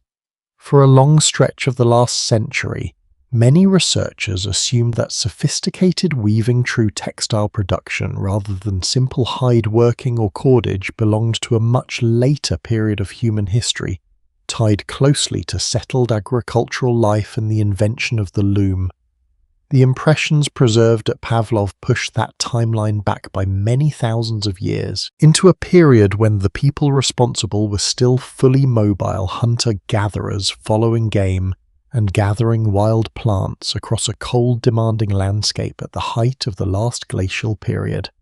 Some of the impressions studied by researchers appear to show not just simple open netting, but tighter, more structured weaves, suggesting a level of skill that had likely been developing and refining itself for a considerable stretch of time before it ever reached the hearth at Pavlov, which raises a genuinely striking possibility that true weaving, the deliberate interlacing of fibre into cloth and cordage, sturdy enough to hold real weight, may be a far older human skill than the surviving artifacts themselves have ever been able to prove on their own. Scholars still debate exactly how widespread this level of textile sophistication was during this period, since Pavlov remains an unusually well-preserved example rather than the rule, and the accidental circumstances that created these impressions. Soft clay meeting fire at exactly the right moment were themselves a matter of chance, rather than any deliberate practice by the people who lived there. It would be easy to overstate what a handful of fragments from a single region can tell us about the whole of humanity at this time, and careful researchers are quick to note that caution. But even with that caution built firmly into the interpretation, Pavlov offers something rare and valuable in this entire story: direct physical confirmation rather than inference alone. That sophisticated woven containers, nets, and possibly cloth existed at a genuinely early date, made by hands working with a level of skill that had clearly been passed down and practiced for generations before it ever left this particular trace behind. There is something worth pausing on in how this evidence was found at all, because it says as much about the patience of modern archaeology as it does about the ingenuity of the people who lived at Pavlov. For years, these clay fragments sat in storage examined, but not truly seen their significance hidden, simply because no one had yet thought to look at them under the right kind of magnification with the right kind of question already in mind. It's a quiet reminder that the story of early human containers is not only a story about what ancient people once made, it is also a story about how long it can take modern researchers to develop the tools and the patience needed to notice what has been sitting in a museum drawer all along. A different kind of evidence, no less patient in what it required to uncover, comes from a site near the Sea of Galilee, in what is now Israel, called Ohalo. Here, researchers excavating a site roughly 23,000 years old, remarkably preserved by the waterlogged conditions of the lake shore itself, uncovered something that rarely survives from any period. This old actual plant material, not an impression or an indirect trace but fragments of the plants themselves, protected from decay by a lack of oxygen in the wet sediment that buried them. Among the finds at Ohalo were remnants believed by researchers to represent early efforts at basket weaving and cordage production, alongside grass bedding material and evidence of small-scale plant cultivation experiments that predate agriculture as it is traditionally understood by many thousands of years. The waterlogged ground at Ohalo behaved almost as an accidental time capsule, sealing away exactly the kind of organic material that decomposes everywhere else, offering researchers one of the rare direct windows into container technology from this period, rather than the indirect impressions and inferred patterns that make up most of the evidence from elsewhere. What Ohalo confirms in its own quiet way is something this story has been circling for several parts now: the skills required to work plant fibre into something structured and useful, cordage netting. The beginnings of basketry were not confined to any single region or any single moment. They appear independently and repeatedly wherever conditions happen to preserve the evidence well enough for us to see it, a pattern that strongly suggests the underlying knowledge itself was far more widespread across this entire period than the surviving record, thin and scattered as it is, could ever prove on its own. The final piece of evidence worth sitting with tonight moves the story towards something more familiar and marks a genuine turning point in how humans related to the substances they gathered and stored. At a site called Xianrendong Cave in Jiangxi Province in China, researchers have recovered fragments of pottery dated to approximately 20,000 years ago, among the oldest fired ceramic vessels ever found anywhere in the world. What makes this discovery particularly significant is not simply its age, though that alone rewrote earlier assumptions considerably, but the context in which it was found. These vessels were made and used by people who were still, by every available measure, mobile hunter-gatherers moving with the seasons following game, and edible plants across a landscape reshaped by the final harsh stretch of the last glacial period. For a long time, researchers assumed pottery belonged specifically to settled agricultural societies, heavy, fragile vessels making little sense for people who needed to move frequently and travel light. Xianrendong quietly dismantled that assumption. Analysis of residue found on the interior surfaces of these ancient sherds suggests the vessels were used for cooking, very likely to process foods that would otherwise have been difficult to make edible or nutritionally accessible at exactly the kind of harsh, resource-scarce moment in history when every available calorie mattered enormously. It is worth sitting with the strangeness of this timing. Pottery, one of the most fragile and least portable container technologies available to any society, does not appear here as a mark of comfortable settlement, but as a tool developed under genuine hardship by people still living the same mobile, physically demanding existence that has defined nearly this entire story. This detail complicates the story we sometimes tell ourselves, one where technology advances neatly alongside comfort and stability. Here instead, at the coldest, hungriest edge of a difficult era, humans reached for one of the more fragile, less convenient solutions available to them, because it solved a problem, unlocking otherwise inedible food that mattered more in that specific moment than the vessel's fragility ever could. Taken together, these three very different kinds of evidence, an accidental impression sealed in fired clay, waterlogged plant fibre, preserved by a lakeshore, and fragile pottery shaped by hands facing genuine hardship, tell a story that no single site could tell on its own. They confirm what this account has suggested since its earliest parts, that the technologies of holding, carrying and storing were neither rare nor isolated, but a recurring, essential thread running quietly through human life across an enormous span of time and an enormous range of environments. And yet for every fragment recovered, for every faint impression finally noticed under the right light, researchers remain acutely aware of how much has simply been lost forever, dissolved back into soil that kept no record at all. It is worth asking gently how differently we might tell this entire story if the Earth had happened to preserve even a little more than it did.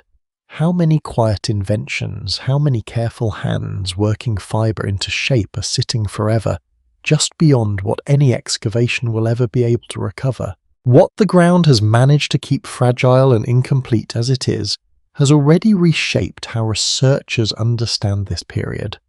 And it raises a natural question that the story is only now cautiously ready to face directly. If the physical evidence is this scattered, this partial, how do researchers begin to agree on what it actually means? And where inevitably do their interpretations start to diverge from one another?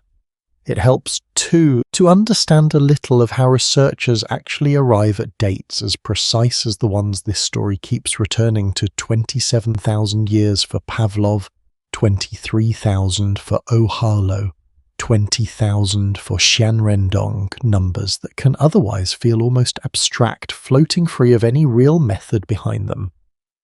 Much of this precision comes from a technique called radiocarbon dating, which measures the slow, steady decay of a naturally occurring form of carbon present in all living things, a kind of internal clock that begins ticking the moment an organism dies. Charcoal from a hearth, a fragment of bone, a scrap of preserved plant material, all of these can be measured this way. And when they are found in close physical association with an artifact, a fired clay fragment, a woven impression, a pottery sherd, researchers can extend that same date with appropriate caution to the artifact itself. It's not a perfect method, and researchers cross-check it constantly against other lines of evidence, layers of sediment, the sequence in which different materials were deposited, comparisons with dated material from other regions. But it is this quiet, careful, and often unglamorous work, measuring decay in a laboratory rather than searching for something dramatic in the field, that allows a story like this one to be told with any real confidence at all. The site at Pavlov offers one further detail worth sitting with, because it does not stand alone in the ground. Buried nearby in the same layers of the same settlement, archaeologists have recovered small carved figures among the earliest fired ceramic art objects known anywhere in the world. Figures researchers often refer to using the general term Venus figurines, a name applied broadly across many similar finds from this era. What matters here is not the figures themselves, so much as what their presence alongside the woven impression suggests about the people who made both. This was a community already comfortable working with fire and clay for purposes well beyond simple utility shaping material, not only to solve an immediate practical problem, but to represent, to depict, to create something with meaning beyond its function. A people capable of this kind of expressive, symbolic craft were very likely more than capable of the careful, patient handwork that fine cordage and woven textile would have demanded. And the two discoveries side by side in the same ancient hearth quietly reinforce one another as evidence of a community with real depth of skill. There is a similarly rich layer of detail waiting inside the material recovered from Ohalo beyond the basketry and cordage already described. Researchers examining plant fibre fragments from the site have in some cases been able to study the direction in which individual fibres were twisted together, a small technical detail that turns out to carry real significance. Twisting fibre in one consistent direction rather than another is not accidental. It reflects a learned technique, likely passed down and practiced consistently within a particular group or even a particular individual in much the same way handwriting today can sometimes be traced back to an individual hand. Some researchers studying cordage from this general period across multiple sites have noted that twist direction can remain remarkably consistent within a single community over long stretches of time, hinting once again at the kind of transmitted shared knowledge, a tradition taught and repeated, that we have already seen echoed in the engraved eggshell patterns from Depp Kloof. Different tools, different materials, entirely different regions of the world, and yet the same underlying hewn pattern keeps surfacing, skill learned, practiced, and passed carefully from one generation to the next. The pottery found at Xianrendong invites one further layer of consideration as well, because its existence sits at the center of a genuine and ongoing scholarly conversation. For decades, the dominant assumption held that pottery was invented once in one general region and then gradually spread outward through contact and trade. The dating of Xianrendong alongside separate and comparably early pottery finds identified in the Russian Far East and parts of Japan has complicated that picture considerably. Rather than a single point of origin radiating outward, the evidence increasingly suggests that fired ceramic technology may have been discovered independently in more than one region by groups facing broadly similar pressures, cold climates, scarce food, a genuine need to make more of what little was available, edible and nutritious.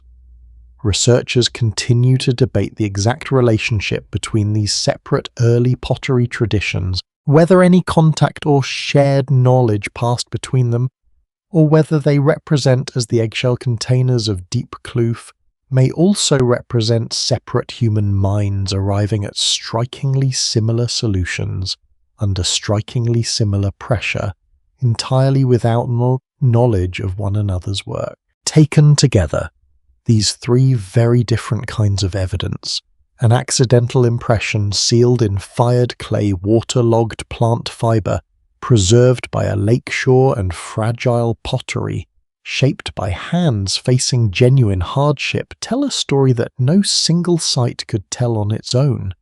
They confirm what this account has suggested since its earliest parts, that the technologies of holding, carrying and storing were neither rare nor isolated, but a recurring, essential thread running quietly through human life across an enormous span of time and an enormous range of environments. And yet for every fragment recovered, for every faint impression finally noticed under the right light, researchers remain acutely aware of how much has simply been lost forever, dissolved back into soil that kept no record at all. It is worth asking gently how differently we might tell this entire story if the Earth had happened to preserve even a little more than it did. How many quiet inventions, how many careful hands working fibre into shape are sitting forever, just beyond what any excavation will ever be able to recover. What the ground has managed to keep fragile and incomplete as it is, has already reshaped how researchers understand this period. And it raises a natural question that the story is only now cautiously ready to face directly. If the physical evidence is this scattered, this partial, how do researchers begin to agree on what it actually means, and where inevitably do their interpretations start to diverge from one another? Not every disagreement in this story lives quietly in the dust of an excavation site. Some of the most consequential debates about early human containers happened, and in certain corners of the field are still happening inside university lecture halls and academic journals, argued by researchers working from the very same evidence and arriving sometimes at strikingly different conclusions about what it actually means. To understand one of the more significant of these debates, it helps to step back to the middle of the last century, to a moment when the dominant story of human origins looked quite different from the one this account has been slowly building tonight. In the 1960s, a highly influential academic gathering, often remembered by the shorthand title later applied to it, centered the entire narrative of human evolution around hunting. Sharpened stone tools, spear points, the pursuit and killing of large game. These became, in the framework many researchers embraced at the time, the driving engine behind nearly everything that made humans distinct: our intelligence, our cooperation, our capacity for planning and social organization. It was a compelling story, and for a time it shaped how an entire generation of students and researchers understood the deep human past. But not every researcher accepted this framework quietly, and the challenge that eventually emerged reshapes almost everything this particular story has been building tonight. In the early 1970s, several anthropologists, notably Sally Slocum and separately Adrienne Zillman, began publishing careful critiques of the hunting-centered model, pointing out something that, once stated plainly, seems almost too obvious to have been overlooked. Across the vast majority of documented hunter-gatherer societies gathered, plant foods, not hunted meat, made up the larger share of the actual daily diet, often by a significant margin. Hunting large game, for all its drama and cultural prominence in how the story had traditionally been told, was frequently an unreliable occasional source of food, while the steady, dependable calories that kept a group alive day to day came overwhelmingly from gathering work carried out predominantly, though certainly not exclusively, by women, and work that depended enormously on exactly the technology. This entire account has been quietly tracing some means of carrying gathered food, and often a child, back to camp, This reframing came to be associated with what researchers sometimes call the gathering hypothesis, and it placed something remarkable at the very center of human evolutionary success. Not the spear, but the sling, the pouch, the woven bag, the humble carrying device that made it possible to bring home more food than two arms could hold on their own. Some writers extended this idea even further, suggesting that the earliest human tool of real consequence may not have been a weapon shaped for violence at all, but something closer to a container, a device built specifically to hold, to gather, to carry home, and that centering the story of human origins. So heavily around hunting and killing may have said as much about the assumptions of the researchers doing the interpreting as it did about the actual lives of the people being studied. It is worth sitting with how significant a shift in framing this really represents. The same physical evidence, the same scattered stone tools, the same ancient campsites can be read through two genuinely different lenses, one that sees a story centered on the hunt, and one that sees a story centered on the quiet, sustained labor of gathering and carrying work that fed a group reliably while hunting succeeded only occasionally. Neither lens is entirely wrong, and most researchers working in this field today would resist choosing one story to the complete exclusion of the other. Hunting clearly mattered, contributing protein and fat that gathering alone could rarely supply in the same concentration, and the skill and cooperation hunting demanded surely shaped human behavior in real and important ways. But the corrective offered by researchers like Slocum and Zielman did something valuable regardless. It opened space for Isti this entire account has been trying to tell tonight, one where the sling holding a child, the woven pouch carrying roots and fruit home across a long afternoon sits at the very center of human survival rather than existing as a quiet footnote to a louder story about spears and large game. Scholars still debate exactly how much weight to place on each side of this balance, and the honest answer most likely involves both threads woven together rather than either one standing entirely alone. But it is worth noticing gently how much of the popular imagination the version of early human life most casually absorbed through documentaries, museum displays, and textbook illustrations still leans heavily toward the hunter. Spear, raised stalking something large and dangerous. While the woman on the riverbed from the opening of our own story tonight, carrying roots and fruit and a child against her body, has occupied a far quieter, far less celebrated place in how this history has traditionally been told and pictured. A second quite different disagreement lies closer to the ground itself, back among the stone tools of Olduvai Gorge that this story visited several parts ago. Not every researcher who studies these ancient sites accepts the interpretation that the movement of raw stone across several miles necessarily implies some form of container or carrying device. Some archaeologists have proposed simpler explanations, that these early toolmakers may have ranged across wider territories than previously assumed, revisiting favoured stone sources directly as part of their normal daily movement rather than transporting large quantities of stone back to a fixed camp in a single deliberate trip. Under this alternative reading, a single early human might have carried only what could be reasonably managed by hand or tucked against the body, several pieces at most, making repeated trips over time rather than one large container-assisted haul. This disagreement matters because it highlights something honest and important about how this entire field of research actually works. The stone itself, durable and undeniable, tells researchers with real confidence where the material originated and roughly how far it travelled. What the stone cannot tell researchers not directly is exactly how that material made the journey, whether carried loose in cupped hands across several short trips, or gathered in bulk inside some early container and moved in a single deliberate expedition. Both explanations remain genuinely possible given the evidence currently available, and researchers continue to debate which reading better fits the fuller pattern visible across multiple sites. The quantity of stone involved the consistency of sourcing choices and comparisons with similar patterns observed at other early sites across different regions.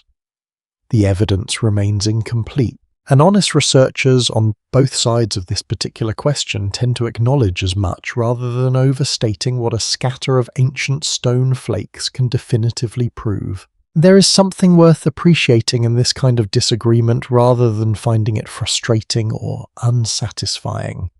A field of study confident enough to hold open questions, to let two reasonable interpretations sit side by side without forcing a premature resolution, is a field doing careful, honest work rather than manufacturing false certainty simply to produce a tidier story. It would be easy in an account like the one you are hearing tonight to smooth over this kind of disagreement, to present only the version of events that makes for the most satisfying narrative. But life was brutal has always meant telling the real story, and the real story here includes genuine unresolved scholarly disagreement held by careful people working in good faith from the same difficult fragmentary evidence. This tension between competing interpretations reaches even into how researchers understand the very earliest containers this account has already described in some detail. The engraved ostrich eggshell fragments recovered from Diepkloof, for instance, carry an interpretation ownership marking, cultural transmission across generations that not every researcher accepts with equal confidence.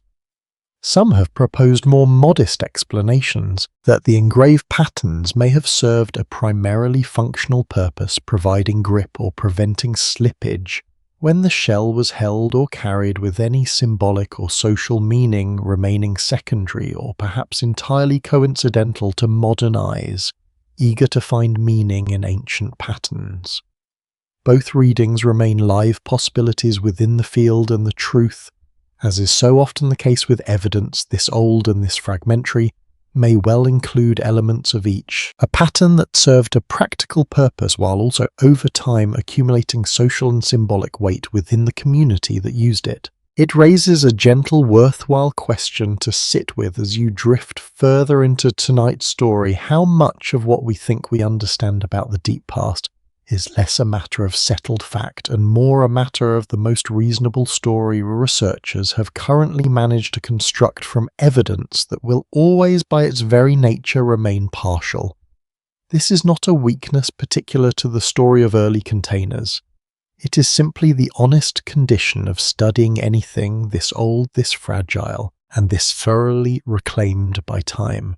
What makes the story worth telling regardless is not the promise of complete certainty, but the patient, careful work of researchers willing to hold multiple possibilities at once, testing each one against whatever new fragment the ground eventually chooses to give up. And there is still more.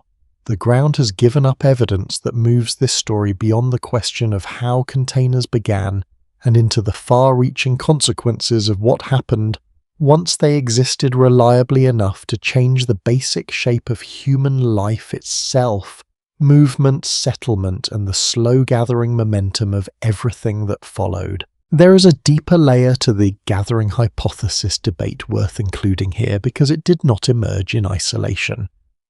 Years before Slocum and Zillman published their formal academic critiques, a writer named Elizabeth Fisher had already been developing a related line of thinking, proposing that the earliest and most consequential human tool may not have been a weapon at all, but a container, something to hold gathered food, something to carry a child, something built for keeping rather than for killing. This idea, quiet and largely outside the mainstream academic conversation at the time, it first appeared would later ripple outward into wider cultural and literary discussions about how human origin stories get told and whose labour, whose daily unglamorous work tends to be centred or overlooked depending on who is doing the telling. It is a reminder that scholarly debates rarely unfold in a single straight line, confined neatly to journal articles and conference halls, They often begin as a quieter observation made by someone working slightly outside the established centre of a field, gradually gathering enough supporting evidence and enough persuasive voices to eventually reshape how the mainstream conversation proceeds. The debate over hunting and gathering also connects to a related ongoing conversation among researchers about exactly how early human groups managed to feed their children successfully, a question sometimes discussed under the term the provisioning model. One version of this model, closely tied to the older hunting-centered framework, imagined a fairly clear division of labor: men hunting and bringing meat back to a home base, women remaining closer to camp and caring for children, an arrangement that would have depended heavily on males successfully provisioning their families through hunting alone. Researchers who have studied this model more closely, drawing on both the archaeological record and observations of surviving hunter-gatherer societies, have found the reality considerably messier and more varied than this tidy division suggests. In many documented societies, women contribute substantially to hunting as well as gathering. Children are cared for cooperatively by a wide network of relatives rather than a single mother alone waiting at a fixed camp, and the steady, reliable calories that keep a group's children fed through lean seasons come disproportionately from gathered plant foods carried home in exactly the kind of containers this account has spent so many parts tracing. The old simple story of the provisioning hunter, admired for generations, turns out to describe only a partial and somewhat idealized version of a much more complicated, much more cooperative reality. A further point of genuine scholarly disagreement touches on a question this account raised earlier when it examined that small fragment of twisted cord recovered from a Neanderthal site in France. Not every researcher agrees on how much symbolic or technological sophistication this single fragment should be allowed to imply about Neanderthal capability more broadly. Some scholars argue the discovery fits comfortably within a growing body of evidence, suggesting Neanderthals possessed cognitive and technical abilities much closer to those of early modern humans than earlier generations of researchers assumed evidence that includes their use of pigment, their deliberate burial of the dead, and now this small twisted strand of plant fiber. Other researchers, while not disputing the physical evidence itself, urge more caution before drawing sweeping conclusions from a single fragment, noting that one piece of cord, however striking, cannot on its own confirm the kind of sustained community-wide weaving tradition later evidenced so much more thoroughly at sites like Pavlov. This particular disagreement remains genuinely open within the field, and it says something meaningful about how careful, responsible research tends to work, resisting the temptation to build an entire narrative on top of a single remarkable find, however tempting that narrative might be. It is worth returning once more to the deeper structural reason so many of these debates exist at all. A reason this story has touched on before, but which deserves to be stated plainly here at the heart of the disagreement itself. Stone endures. Bone endures under the right conditions. Fired clay endures. Weapons tools for cutting and striking the hard, durable objects of ancient life survive in the ground precisely because of what they are made from. And this durability has, quietly and for more than a century, shaped which stories about the deep past felt easiest to tell with confidence.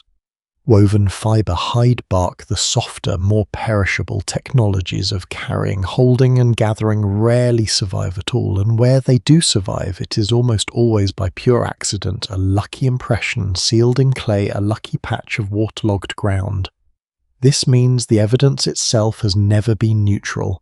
It has always tilted by its very physical nature toward preserving the story of the hunter and the weapon far more generously than it preserves the story of the gatherer and the container, regardless of which activity actually mattered more to a group's daily survival. Once you notice this imbalance, so much of the earlier academic history recounted tonight begins to make a different kind of sense. It was never simply a matter of researchers choosing for no particular reason to center hunting over gathering in the story of human origins. The ground itself had already been quietly making that choice for them, filling museum cases with spear points and stone blades, while the sling, the pouch, the woven bag decomposed into nothing long before any archaeologist arrived to study it. The correction offered by researchers like Slocum Zillman and Fisher was not simply a matter of shifting emphasis or fashion within academia. It was in a real sense an act of interpretation working against the evidence's own physical bias, an attempt to imagine and restore a part of the story that the ground itself had never been capable of preserving in the first place. None of this uncertainty diminishes the weight of what this story has traced so far tonight. If anything, it deepens it. Every conclusion offered across these earlier parts, the burden carried in a mother's arms, the quiet ingenuity of a folded leaf or a marked eggshell, the twisted cord surviving by pure chance from a Neanderthal hand has been built not on effortless obvious fact, but on the patient, careful, sometimes disputed work of researchers piecing together a story from fragments never meant to last this long. And it is precisely because that work is so difficult, so genuinely uncertain in places, that its conclusions where researchers do finally reach something close to consensus carry as much weight as they do. What remains now is to follow this story into its consequences, into the world that took shape once these small, disputed, hard-won solutions finally became common enough, reliable enough, to change not just how a single family survived one difficult season, but how an entire species began to move, gather, and grow across the wide and varied surface of the Earth. There is a particular kind of freedom that arrives quietly once a container exists reliably enough to be trusted, and it is worth spending some time with exactly what that freedom actually opened up. Because the changes it set in motion reached far beyond any single family's daily survival. Consider first what a working water container actually did to the map of where humans could go. For nearly the entire span of this story so far, human movement had been tethered closely to water groups, rarely straying far from a spring, a river, a reliable seasonal pool, because a body without any way to carry water simply could not survive long away from one. Once containers capable of holding water safely, whether a marked ostrich eggshell like the ones recovered from Diepkloof, or a worked skin-sealed well enough to prevent leaking, became a dependable part of a group's equipment, the range of survivable travel expanded considerably. Distances that would once have meant almost certain death from thirst became merely difficult, still demanding, still dangerous, but no longer impossible. This matters enormously when we consider one of the most significant chapters in the entire human story, the long gradual dispersal of early modern humans out of Africa and into the wider world. Researchers studying the routes early humans likely followed across the Arabian Peninsula, a landscape that during certain climatic periods offered only scattered, unreliable water sources, separated by long, punishing stretches of arid terrain, have increasingly emphasized just how essential reliable water transport would have been to making these crossings survivable at all. Some researchers studying this dispersal have proposed that the development of dependable water containers may have been one of the quiet, underappreciated technologies that made these long, dangerous migrations genuinely possible, allowing small groups to bridge the gaps between water sources that would otherwise have made an entire route impassable. It is a striking thought to sit with that something as humble as an engraved eggshell flask may have played a real, if largely invisible, role in one of the most consequential journeys any species has ever undertaken. The slow generational of humans across the entire habitable surface of the Earth. The evidence for this connection remains admittedly indirect. No single artifact can prove definitively that a particular group crossed a particular stretch of desert because they carried water in a particular kind of container. What researchers can show is a broader pattern, the timing of when reliable water storage technology appears to have become widespread in certain regions. lines up suggestively with the timing of major dispersal events close enough to invite serious consideration, though not close enough to remove all reasonable doubt. Scholars still debate exactly how much weight this connection deserves, and it would be overstating the case to present it as settled fact, rather than a compelling and well-reasoned hypothesis. But even held with appropriate caution, it adds a genuinely moving dimension to this story. The possibility that the entire modern distribution of human beings across the planet, every continent eventually reached, every distant island eventually settled, may owe some quiet debt to a technology this study has spent so many parts carefully tracing back to its earliest, humblest beginnings. Containers change something close to home as well, reshaping not just how far a group could travel, but how long a group could afford to stay in one place. This brings us to a detail from the site at Ohallo near the Sea of Galilee that this story touched on briefly before but deserves fuller attention now. Alongside the woven plant material and cordage already described, researchers excavating Ohallo identified something else, preserved in that same remarkable waterlogged ground: small storage installations. Simple pits and enclosed spaces that appear to have been used for holding quantities of wild cereal grain gathered from the surrounding landscape and kept, apparently, for later use rather than consumed immediately. This detail matters enormously because it predates the conventional beginning of agriculture by many thousands of years. These were not farmers cultivating a crop deliberately. They were still, by every meaningful measure, hunter-gatherers, harvesting wild grasses that grew naturally around the lakeshore.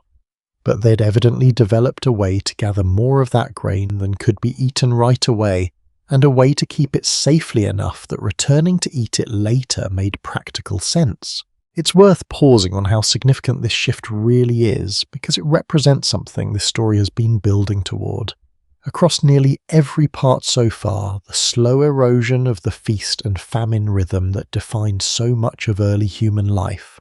A group capable of storing even a modest surplus of grain gains something that groups living entirely hand-to-mouth never had: a buffer, a small cushion against the unpredictability of any single day or week. Some researchers who study the deep roots of agriculture have suggested that sites like Ohallo represent an important, often overlooked stepping stone in humanity's eventual transition toward farming, evidence that the basic behaviors underlying agriculture, gathering wild grain in quantity, storing it, deliberately planning consumption across an extended stretch of time, were already present in embryonic form, many thousands of years before anyone began intentionally planting seeds in prepared ground. The storage pit, in other words, may have arrived before the farm itself, a container solving a problem that would only later be solved more fully by the deliberate cultivation of crops. This same capacity for storage carried consequences that reached well beyond simple food security. A group that could reliably store surplus even in a modest way gained something else as well: the ability to remain in one favourable location for longer stretches of time, rather than moving on as soon as the immediately available food thinned out. Some researchers studying the broader pattern across this general period in human history sometimes referred to under the term the Natufian culture, a group of communities living across the eastern Mediterranean region roughly 14,000 years ago, have pointed to storage capacity as one of several key factors that allowed increasingly settled semi-permanent communities to emerge well before agriculture itself had fully taken hold.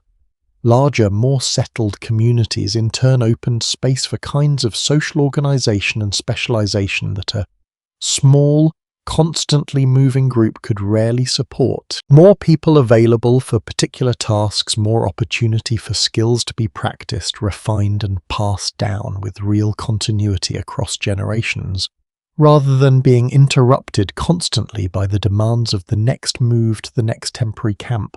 There is a further consequence worth sitting with tonight, one that touches on how distant, unrelated groups of humans first began to connect with one another in any sustained way. Containers made it possible to carry not just food and water, but valuable materials gathered or crafted in one place and transported sometimes remarkably long distances to another. Researchers studying the movement of certain materials across the ancient world sharpened volcanic glass known as obsidian, prized for the exceptionally sharp edge. It could hold small beads carved from shell gathered originally from a distant coastline, have documented these materials appearing at archaeological sites hundreds of kilometers from their original source, evidence of exchange networks stretching across vast distances long before anything resembling a formal marketplace or organized trade route existed. None of this long-distance movement would have been practical without some means of carrying these materials safely and in meaningful quantity tucked into a pouch or bag rather than clutched loosely in a single traveller's hand across such an enormous distance. It raises a gentle question worth turning over quietly tonight. How much of what we now think of as distinctly human, the impulse to trade, to exchange, to connect with people and places far beyond our own immediate surroundings, may trace some part of its earliest roots back to something as unassuming as a bag capable of holding a handful of beads safely across a long journey? Connection in this reading required containment first. A relationship between two distant groups could hardly take root if the physical evidence of goodwill, a gift, a valuable material offered in exchange could not survive the journey between them intact. None of these consequences arrived quickly or all at once in the way a single dramatic turning point might suggest. They unfolded slowly, unevenly across many thousands of years and countless separate human communities, each building on solutions discovered independently, refined gradually and passed down imperfectly from one generation to the next. But taken together, the widened range of migration, the first tentative steps towards storage and settlement, the earliest threads of long-distance exchange, they mark the moment when a technology born from the most basic and unglamorous of pressures, the limits of two bare arms, quietly became one of the foundational forces shaping the entire trajectory of human civilization. What began as a solution to a single mother's impossible burden on a single ordinary afternoon had by this point in the story reached far enough to begin reshaping how the whole of humanity moved, gathered, and grew. And as this quiet revolution gathered momentum across the ancient world, it left behind traces that reach much further forward in time than you might expect, threads that connect directly to objects and practices. Some of you may still recognize faintly in the world around you even now. There is a demographic thread worth returning to here as well, one that connects directly back to the burden this story examined so closely several parts ago when we sat with the physical toll carrying placed on early mothers, and the way birth spacing itself may have been shaped by the simple impossibility of managing two dependent children without any device to share the load. Once slings, wraps, and secure carrying pouches became reliable and widespread, that same physical ceiling, the one that had likely kept human births spaced several years apart for so much of this story, began to loosen, if only modestly. A mother able to secure an infant safely against her body while her hands remained free for other tasks faced a somewhat different calculation than a mother who had for generations before her needed both arms constantly available simply to keep a single child safe. Some researchers who study population growth patterns in the deep past have proposed that this shift, gradual and uneven as it certainly was, may have contributed to a slow rise in birth rates across many human populations over an extended stretch of time. One thread among several including improved diet and greater food security through storage that together nudged human population size upward after such a long period of relative stability. This connection deserves the same caution this story has applied to every other suggestive but incomplete thread woven through tonight's account. Population change across such a vast and varied span of prehistory rarely traces back to any single cause, and researchers are careful to weigh carrying technology alongside climate shifts, changes in available food sources, and many other contributing factors that likely work together rather than in isolation, but it is worth noticing gently how many of the threads this story has followed since its very first part: the sling that freed a mother's arms, the storage pit that softened the feast and famine rhythm, the widened foraging range that opened new territory, ultimately point in the same broad direction toward a species slowly, unevenly gaining a small measure of security it had never reliably possessed before. That growing security carried consequences that reached well beyond simple survival numbers, touching something closer to how early humans were able to organize their daily lives and their communities. A group no longer spending nearly every waking hour on the immediate urgent business of finding the next meal gained something valuable and easy to overlook time and attention that could be directed elsewhere. Some of that attention, as this story has already shown through the engraved patterns at Deep Kloof and the woven textiles preserved at Pavlov, went toward craft decoration and the deliberate transmission of skill and tradition from one generation to the next. Researchers studying the archaeological record from this general period have noted a broader pattern worth sitting with: that increasingly reliable food storage and transport technology tends to coincide across many different regions and time periods, with an increase in the complexity and variety of material culture more generally. More elaborate tools, more decorative objects, more evidence of specialized craft. It would be an overstatement to claim containers alone produced this flourishing, but they appear again and again among the quiet conditions that made it possible, freeing time and reducing daily risk enough that a community could afford to invest effort in something beyond the most immediate demands of survival. Trade networks deserve a slightly closer look here as well, because the archaeological evidence for them is more extensive and in some ways more moving than a brief mention can fully convey.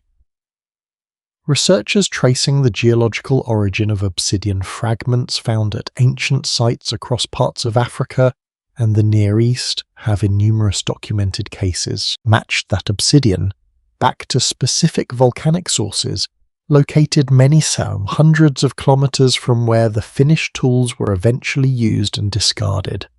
This kind of tracing is possible because obsidian, like many volcanic materials, carries a distinct chemical signature tied to its specific point of origin, allowing researchers to work backward from a finished tool to the exact outcrop it likely came from, sometimes with remarkable precision. What this tells us is not simply that early humans occasionally encountered unfamiliar materials, but that entire networks of exchange, whether through direct long-distance travel or a longer chain of trades passing hand-to-hand between neighboring groups, were moving valuable materials across enormous distances long before anything resembling a formal economy or organized trade route existed in any way we would recognize today. It is worth imagining for a moment what a single exchange along one of these ancient networks might actually have looked like: two groups meeting at some agreed-upon place, perhaps near a reliable water source itself,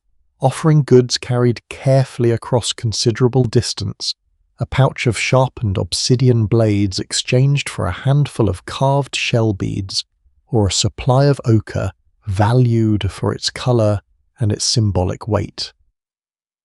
None of this exchange, however it unfolded in its particular details, could have functioned without some reliable means of carrying these goods safely across the journey, protected from loss, from damage, from the simple wear of a long walk through unpredictable terrain.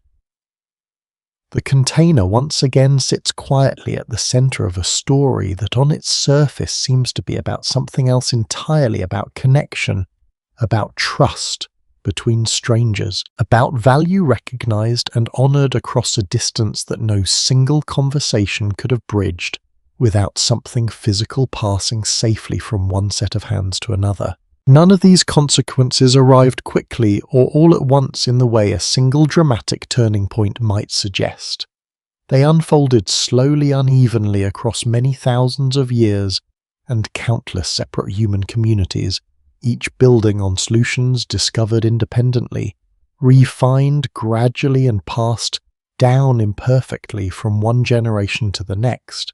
But taken together, the widened range of migration, the first tentative steps towards storage and settlement, the earliest threads of long-distance exchange, the slow loosening of the physical burden that had shaped human birth and daily labour for so long, they mark the moment when a technology born from the most basic and unglamorous of pressures, the limits of two bare arms, quietly became one of the foundational forces shaping the entire trajectory of human civilization. What began as a solution to a single mother's impossible burden on a single ordinary afternoon had, by this point in the story, reached far enough to begin reshaping how the whole of humanity moved, gathered, connected, and grew.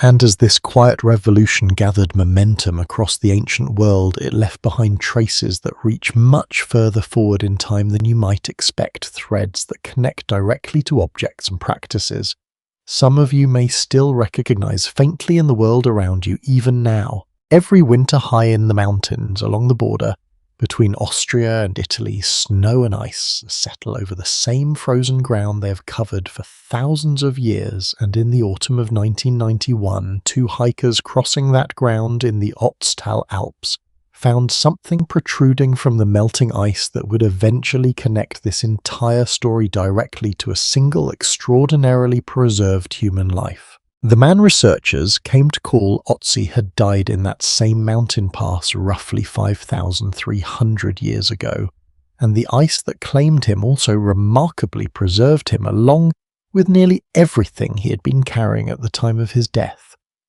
What makes Otzi so valuable to this particular story is not simply that his body survived so completely. Skin, hair, even the contents of his stomach still intact enough for researchers to study, but that his equipment survived alongside him, offering something this account has rarely had access to across nearly every part told so far, a complete undamaged look at exactly what a single human being at a specific moment in history considered essential enough to carry. Among Otzi's belongings, researchers found two containers made from birch bark carefully shaped and stitched together with plant fibre, one of them showing clear evidence of having been used to transport embers, a small portable fire kept smouldering and protected inside packed maple leaves, a version of the earliest fire-making kit any hiker today might still recognize the basic logic of. He carried a quiver, holding arrows, a woven grass cape offering protection from the weather, a leather belt with a small attached pouch containing tools, a scraper and awl, a flint flake and dried fungus later, identified as having medicinal properties likely used to treat intestinal parasites, researchers found evidence of in his remains.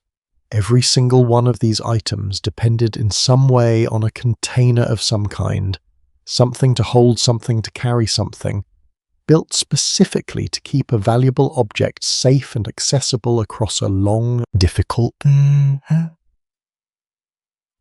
journey through unforgiving terrain. It is worth sitting with how far this moment sits from where our story began, that woman on the riverbed roughly 200,000 years earlier, with nothing but her own arms to hold everything she needed. By the time Otzi crossed those same mountains, container technology had grown so thoroughly integrated into ordinary human life that a single traveller carried an entire portable toolkit: food, fire, medicine, weapons, and protective clothing, distributed across multiple purpose-built containers, each one solving a specific problem with the specificity that would have been almost unimaginable to the earliest humans this story has followed.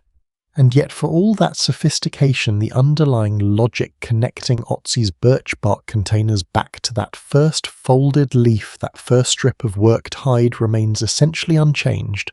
Hold what matters, keep it safe, carry it where it needs to go. Researchers examining Otzi's birch bark containers noted something else worth pausing on: a level of craftsmanship, careful stitching, deliberate shaping that suggests these were not hastily improvised solutions, but objects made by someone or by a community with accumulated skill in working this particular material, skill that had almost certainly been passed down, refined and taught across many generations before Otzi himself ever carried these containers into the mountain. This detail connects directly back to something this story noticed much earlier, at Diepkloof, where the engraved patterns on ostrich eggshell containers shifted gradually across generations in a way that suggested a living, evolving tradition rather than a single static invention.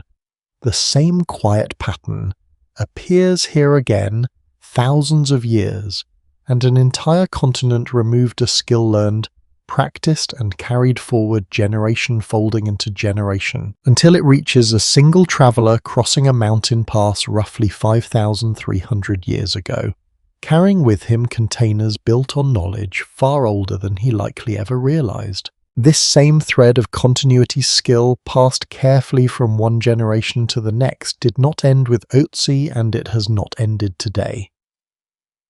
Basketry traditions practiced across many parts of the modern world carry within them techniques and, in some documented cases, actual weave patterns that researchers studying material culture believe stretch back with remarkable continuity across many centuries, sometimes longer.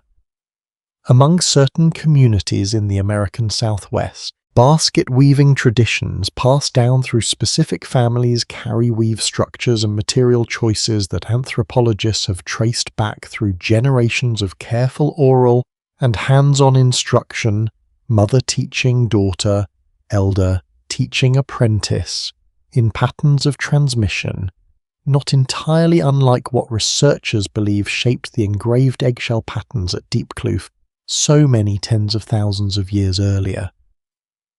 Similarly, bamboo basket weaving traditions maintained across parts of Japan, refined over centuries into what is now recognized as a genuine and celebrated art form, trace their techniques back through an unbroken line of teaching and practice that connects a contemporary craftsperson's careful hands to methods developed by their ancestors working the very same material many hundreds of years before. Scholars still debate exactly how directly any single modern basketry tradition connects back to the earliest containers.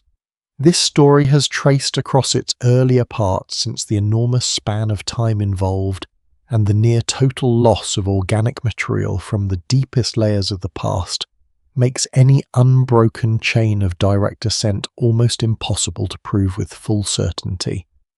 What can be said with real confidence is something perhaps more meaningful than a precise unbroken lineage, that the fundamental human impulse driving every one of these traditions, the patient shaping of plant fibre and natural material into something capable of holding, carrying and keeping, has never disappeared from human life, not for a single stretch of our long history, resurfacing again and again across every culture and every era, refined differently in different hands, but always answering in some quiet way the exact same ancient pressure that shaped the very first improvised solutions this story opened with so many parts ago. It is worth pausing too on what happened. Once, pottery, the technology first glimpsed at Xianrendong Cave so many thousands of years before Otzi ever walked those mountains, eventually spread and matured into the widespread craft it became across settled societies throughout the ancient world. The invention of the potter's wheel, developed independently in different regions over the following millennia, transformed container making from a slow, hand-built process into something that could be produced with far greater speed and consistency, allowing pottery to shift from a rare precious object into something closer to ordinary household equipment across many ancient civilizations. Storage jars large enough to hold grain sufficient to feed a family through an entire winter-sealed vessels capable of preserving oil and wine. Across long stretches of time, these later developments, direct descendants of that same fragile, hard-won breakthrough first glimpsed in a cave in China 20,000 years earlier, quietly underpinned much of what allowed early cities and larger, more complex societies to eventually take root and thrive. There is a detail here that tends to surprise people precisely because it runs against how casually we tend to treat pottery today as background material, ordinary, unremarkable. For a considerable stretch of ancient history, a well-made storage vessel represented genuine significant value worth protecting, worth passing down, sometimes worth including among the most treasured possessions buried alongside the dead. Researchers excavating ancient burial sites across many different cultures and time periods have repeatedly found carefully made containers included among grave goods, pottery vessels, woven baskets where preservation allowed them to survive, placed deliberately beside the deceased, suggesting a belief held across remarkably different cultures separated by vast distances and centuries of time that even in death a person might need something to hold what mattered to them. How striking it is to realize that the impulse this entire story has traced across 200,000 years, the need to hold, to carry, to keep something safe, followed humans not only through every difficulty of daily survival, but all the way to how they chose to honor and prepare their own dead, an impulse so deeply woven into what it means to live as a human being, that it apparently felt necessary to carry forward even into whatever came after life itself, at least in the quiet, hopeful imagination of the people left behind. The thread reaches in its own quiet way all the way to tonight, to wherever you happen to be lying right now. Every drawer you have ever closed, every bag you have packed for a journey, every simple container, holding water beside your bed as you drift towards sleep, carries forward, however distantly, however transformed by thousands of years of refinement, the same basic solution that a woman on a riverbed 200,000 years ago desperately needed and did not yet have. The materials have changed almost beyond recognition, hide and bark and woven fiber giving way eventually to fired clay, and fired clay giving way, many thousands of years later, to glass and metal, and the countless synthetic materials that fill the world around you now. But the underlying need, the very first pressure that set this entire long story in motion, has never once changed. Human beings have always needed something beyond their own two hands, and for a great many hands, over a great many centuries, working that need into something real has remained one of the quietest, most persistent forms of human ingenuity there is. There is one more place this story needs to rest before it lets you go tonight, a chance to draw all these long threads gently together, and to sit for a while with what a story this old and this quiet ultimately has to say about who we are and what we have always, in one form or another, been trying to hold on to. The circumstances surrounding Otzi's death deserve a moment of their own attention because they add real weight to how we should understand the containers he carried. Careful forensic study of his remains conducted using imaging technology that would have been unimaginable to the researchers who first found him eventually revealed that Otzi had not simply succumbed to exposure or exhaustion in that mountain pass, but had died from an arrow wound to his shoulder, evidence, alongside other injuries found on his body of violence that had likely pursued him in his final days. This detail matters here because it reframes his carefully packed containers not as leisurely mountain equipment, but as the essential kit of someone moving quickly under real pressure, perhaps fleeing danger, relying on exactly the kind of portable, well-organized carrying technology this story has traced across so many earlier parts to give himself any real chance of survival. Even in his final desperate days, the fire ember carefully sealed inside packed leaves within its birch bark container, the medicinal fungus tucked securely into his belt pouch. These were not incidental details. They were the difference quite possibly between a chance at survival and none at all, exactly the same stakes this entire story opened with so many thousands of years and so many parts earlier. The preservation of Otzi's body and belongings also illustrates something worth pausing on regarding how fragile our access to this kind of evidence truly remains, even this late in the story. Had the ice covering that mountain pass melted and refrozen even slightly differently, over 5,000 years, had scavengers or simple decay reached his remains before the ice sealed around him, none of this would have survived to be found at all. Researchers studying Otzi have noted that the specific combination of conditions required for this kind of preservation, rapid freezing, minimal exposure, and undisturbed resting place, protected from both predators and the elements, are rare enough that finds of this quality remain exceptional rather than common, even for periods of history far more recent than the deep prehistory this story spent its earliest parts exploring.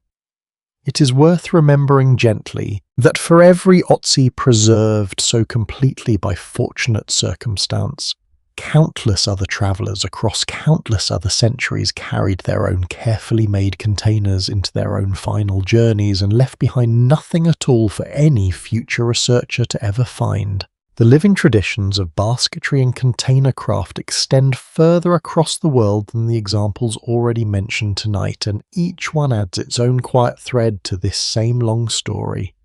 Among various indigenous communities across the Australian continent, woven dilly bags crafted from plant fibre using techniques passed down through many generations have served for a remarkably long stretch of documented history as essential tools for gathering and carrying food, water, and personal belongings, their construction techniques varying meaningfully from region to region in ways that reflect both the specific plant materials locally available and distinct cultural traditions maintained and taught within each community.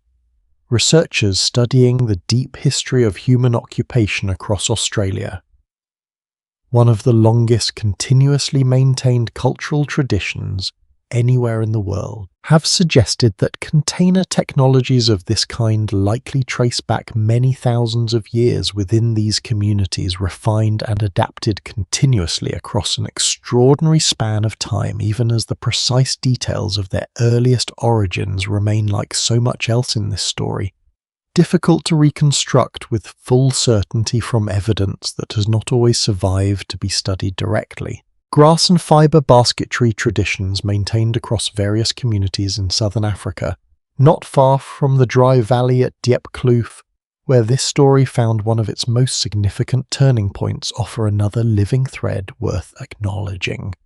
Woven grain baskets, water-carrying vessels, and storage containers crafted using techniques taught within families and communities across many generations continue to serve practical daily purposes in various regions today, existing alongside modern manufactured alternatives rather than being fully replaced by them. A quiet testament to how deeply useful and how deeply valued these traditional forms of craft have remained even in a world that could, if it chose, rely entirely on other options. The story of pottery's later development deserves a slightly fuller telling as well, because of how directly it connects to patterns of trade and exchange this story examined in its previous part. As ceramic technology matured across various ancient civilizations, storage vessels evolved into increasingly specialized forms suited to particular purposes, and among the most significant of these were large, sturdy transport vessels used extensively across the ancient Mediterranean world to move oil, wine, and grain across considerable distances by sea. These vessels, shaped with narrow pointed bases designed to be securely stacked and packed within the hold of a ship, represent a direct traceable descendant of the same basic impulse. This story has followed since its very beginning, an object built specifically to hold something valuable safely across a difficult journey. Marine archaeologists studying shipwrecks scattered across the floor of the Mediterranean Sea have recovered many thousands of these vessels, some still sealed, some still containing faint traces of their original contents, offering a remarkably direct physical connection between the earliest fumbling solutions this story opened with and the vast interconnected trade networks that would eventually help define the ancient world. It is worth turning gently toward the world you yourself are living in tonight, because the thread connecting back to that woman on the riverbed has never actually broken, however transformed it has become along the way.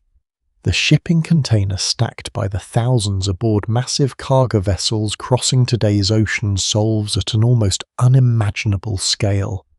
Precisely the same problem that first drove a hominin at Olduvai Gorge to carry stones several miles across open ground. How to move something valuable safely and efficiently from where it exists to where it is needed. The simple sealed container holding leftovers in a modern refrigerator answers the same ancient pressure that once shaped human fat storage itself, a body and now an entire kitchen, quietly working out how to hold today's surplus against tomorrow's uncertain need.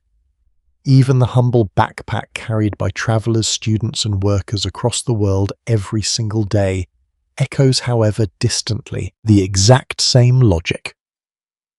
Otzi relied on in his final desperate days, crossing those frozen mountains, distributing essential belongings across the body in a way that keeps both hands free for whatever the day or the danger might still demand. None of this continuity was inevitable, and it would be a mistake to suggest that every later container technology descended in any direct traceable line from the earliest solutions this story has explored. Much of it was rediscovered, reinvented, and reshaped independently again and again by different hands, facing different versions of essentially the same ancient problem. But the persistence of the underlying need itself, present in nearly every corner of human life across every era this story has touched, suggests something worth sitting with quietly as tonight's account draws closer to its own end. Some human needs are old enough and deep enough that they never really disappear. They simply find new materials, new shapes, and new hands willing to carry the work forward. There is one more place this story needs to rest before it lets you go tonight, a chance to draw all these long threads gently together and to sit for a while with what a story this old and this quiet ultimately has to say about who we are and what we have always, in one form or another, been trying to hold on to. There is a particular kind of quiet that settles over a story once every thread has finally been laid out, and we have reached that quiet now together after so many hours spent moving through a past far older than anything most of us ordinarily allow ourselves to imagine. It helps in a moment like this to step back from any single sight, any single fragment of eggshell or clay or bone, and look instead at the whole shape of what we have actually been tracing tonight. This was never simply a story about baskets or pottery, or the particular technical steps by which one material gave way to another. It was a story about a species discovering slowly and at enormous cost that survival required more than strength, more than cleverness in the moment. It required the capacity to hold something today for the sake of tomorrow, to carry a burden that could not be managed by any single body alone, and to trust that what was held safely today would still be there when it was needed again. That is a deeply human idea, and it is worth naming plainly here at the end, because so much of what came after this story's earliest chapters, farming cities writing entire civilizations built on stored surplus and distributed trust, depended on exactly this same quiet foundation. Consider for a moment how differently this history might have unfolded had that foundation never taken hold.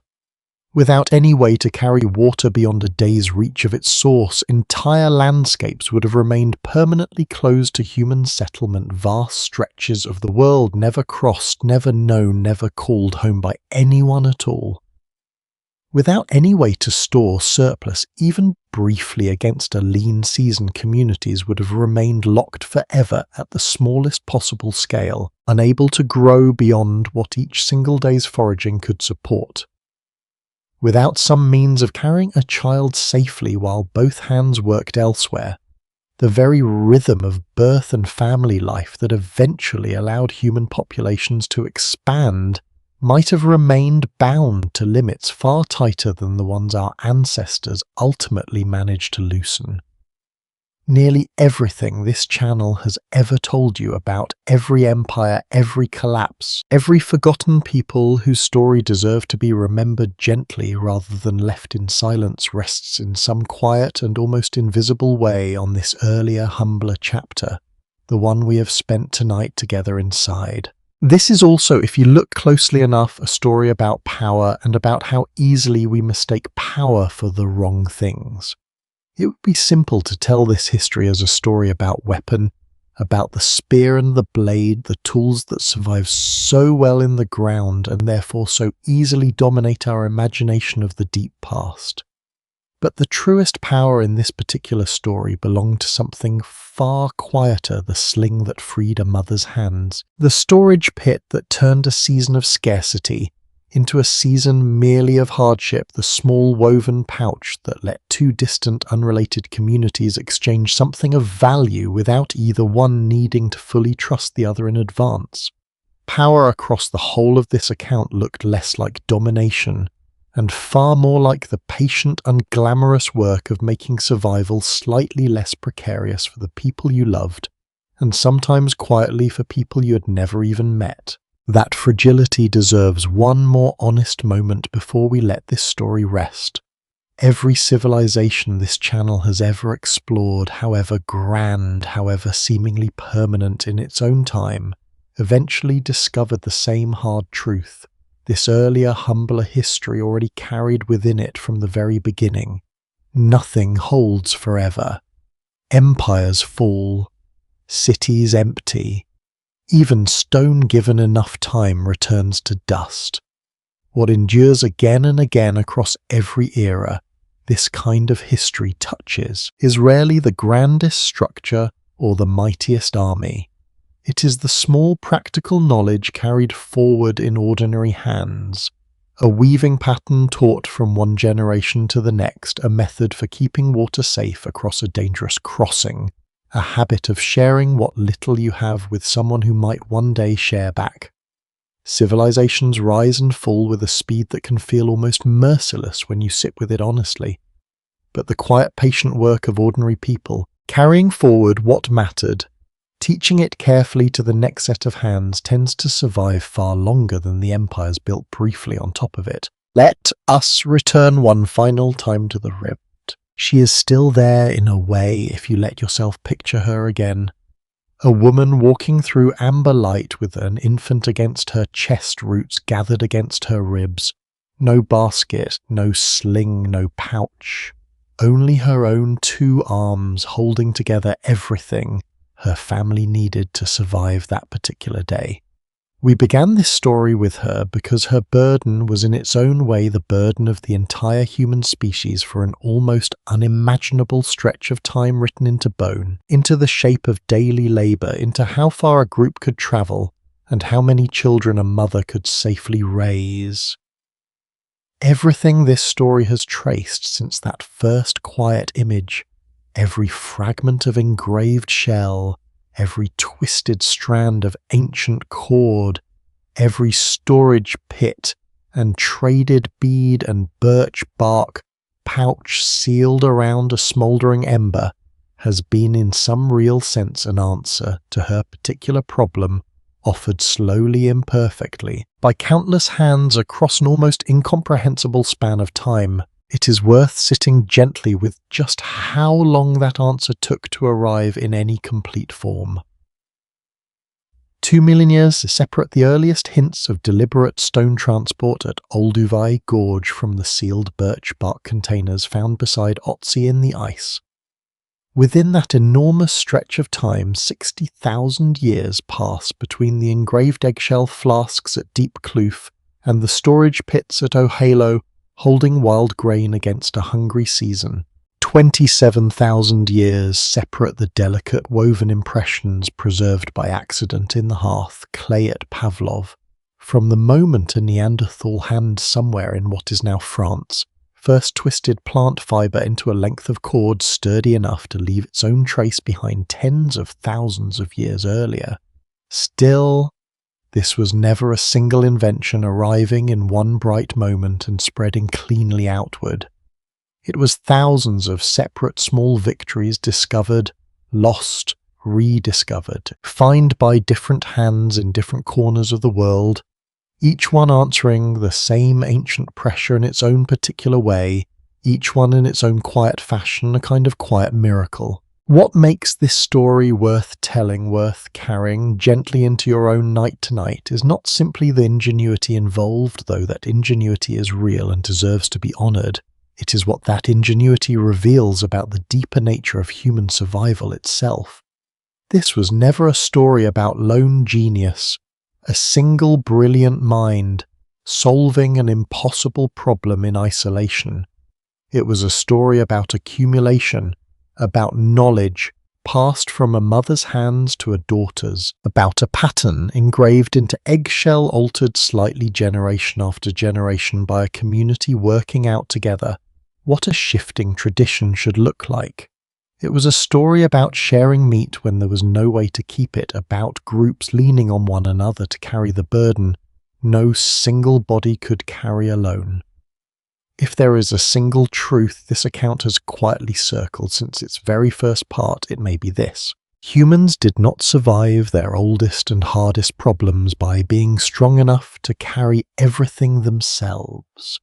They survived by learning patiently and imperfectly how to build things and communities capable of carrying what any single person could not. There is a fragility worth acknowledging honestly in all of this too, because life were brutal has never meant softening the truth, only telling it gently. So much of what this story has traced survives today by pure accident, a chance impression sealed in fired clay, a body frozen precisely enough by a shifting glacier, a scatter of shell fragments preserved in dry stone rather than lost to damp and decay.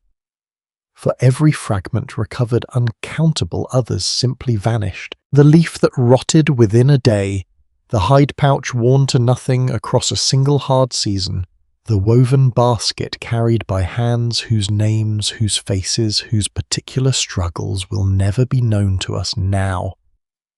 Not because they did not matter, but because the world, indifferent and unhurried, does not keep everything. This is true of the deepest past, and if we are honest, it remains true of every life lived, since including eventually our own, what survives of any of us in the end is rarely the whole of what we carried. It is only ever a fragment, however precious, however carefully read by whoever comes looking for it afterward. And yet something did survive. Something always does. Across every collapse, this kind of history could name every hard season, every migration undertaken out of desperation rather than choice. The thread this story has followed tonight never fully broke.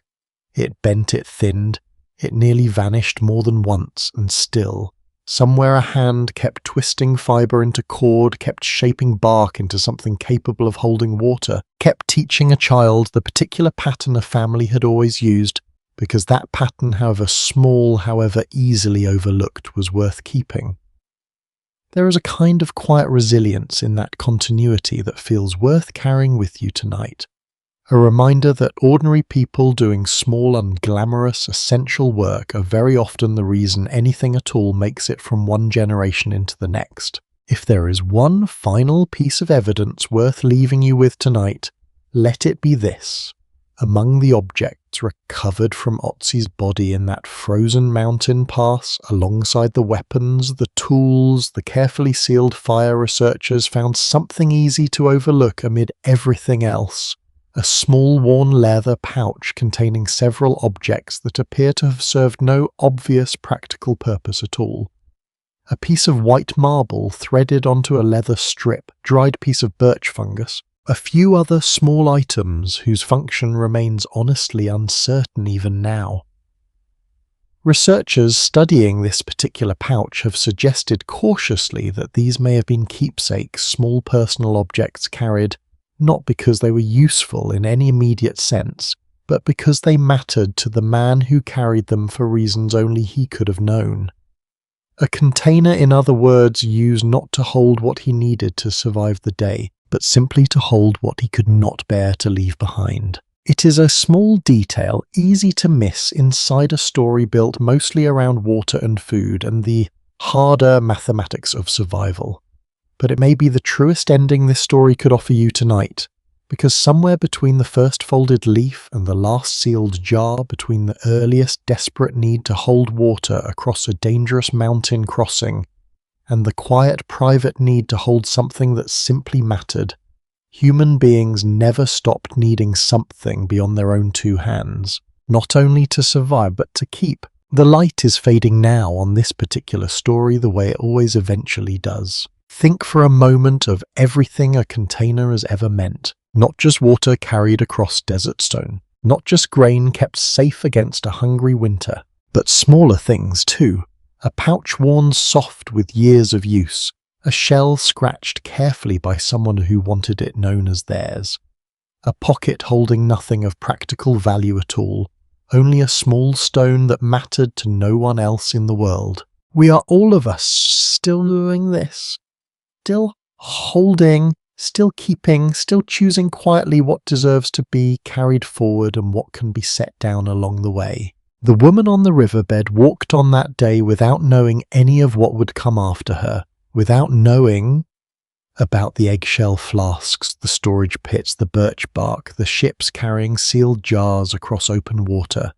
She only knew her arms were full and her child was safe, and the light was fading and there was still some distance left to walk before dark. Somewhere still that walk continues. Not hers, not anymore. Ours, carried forward quietly the way it always has been. One small careful thing at a time.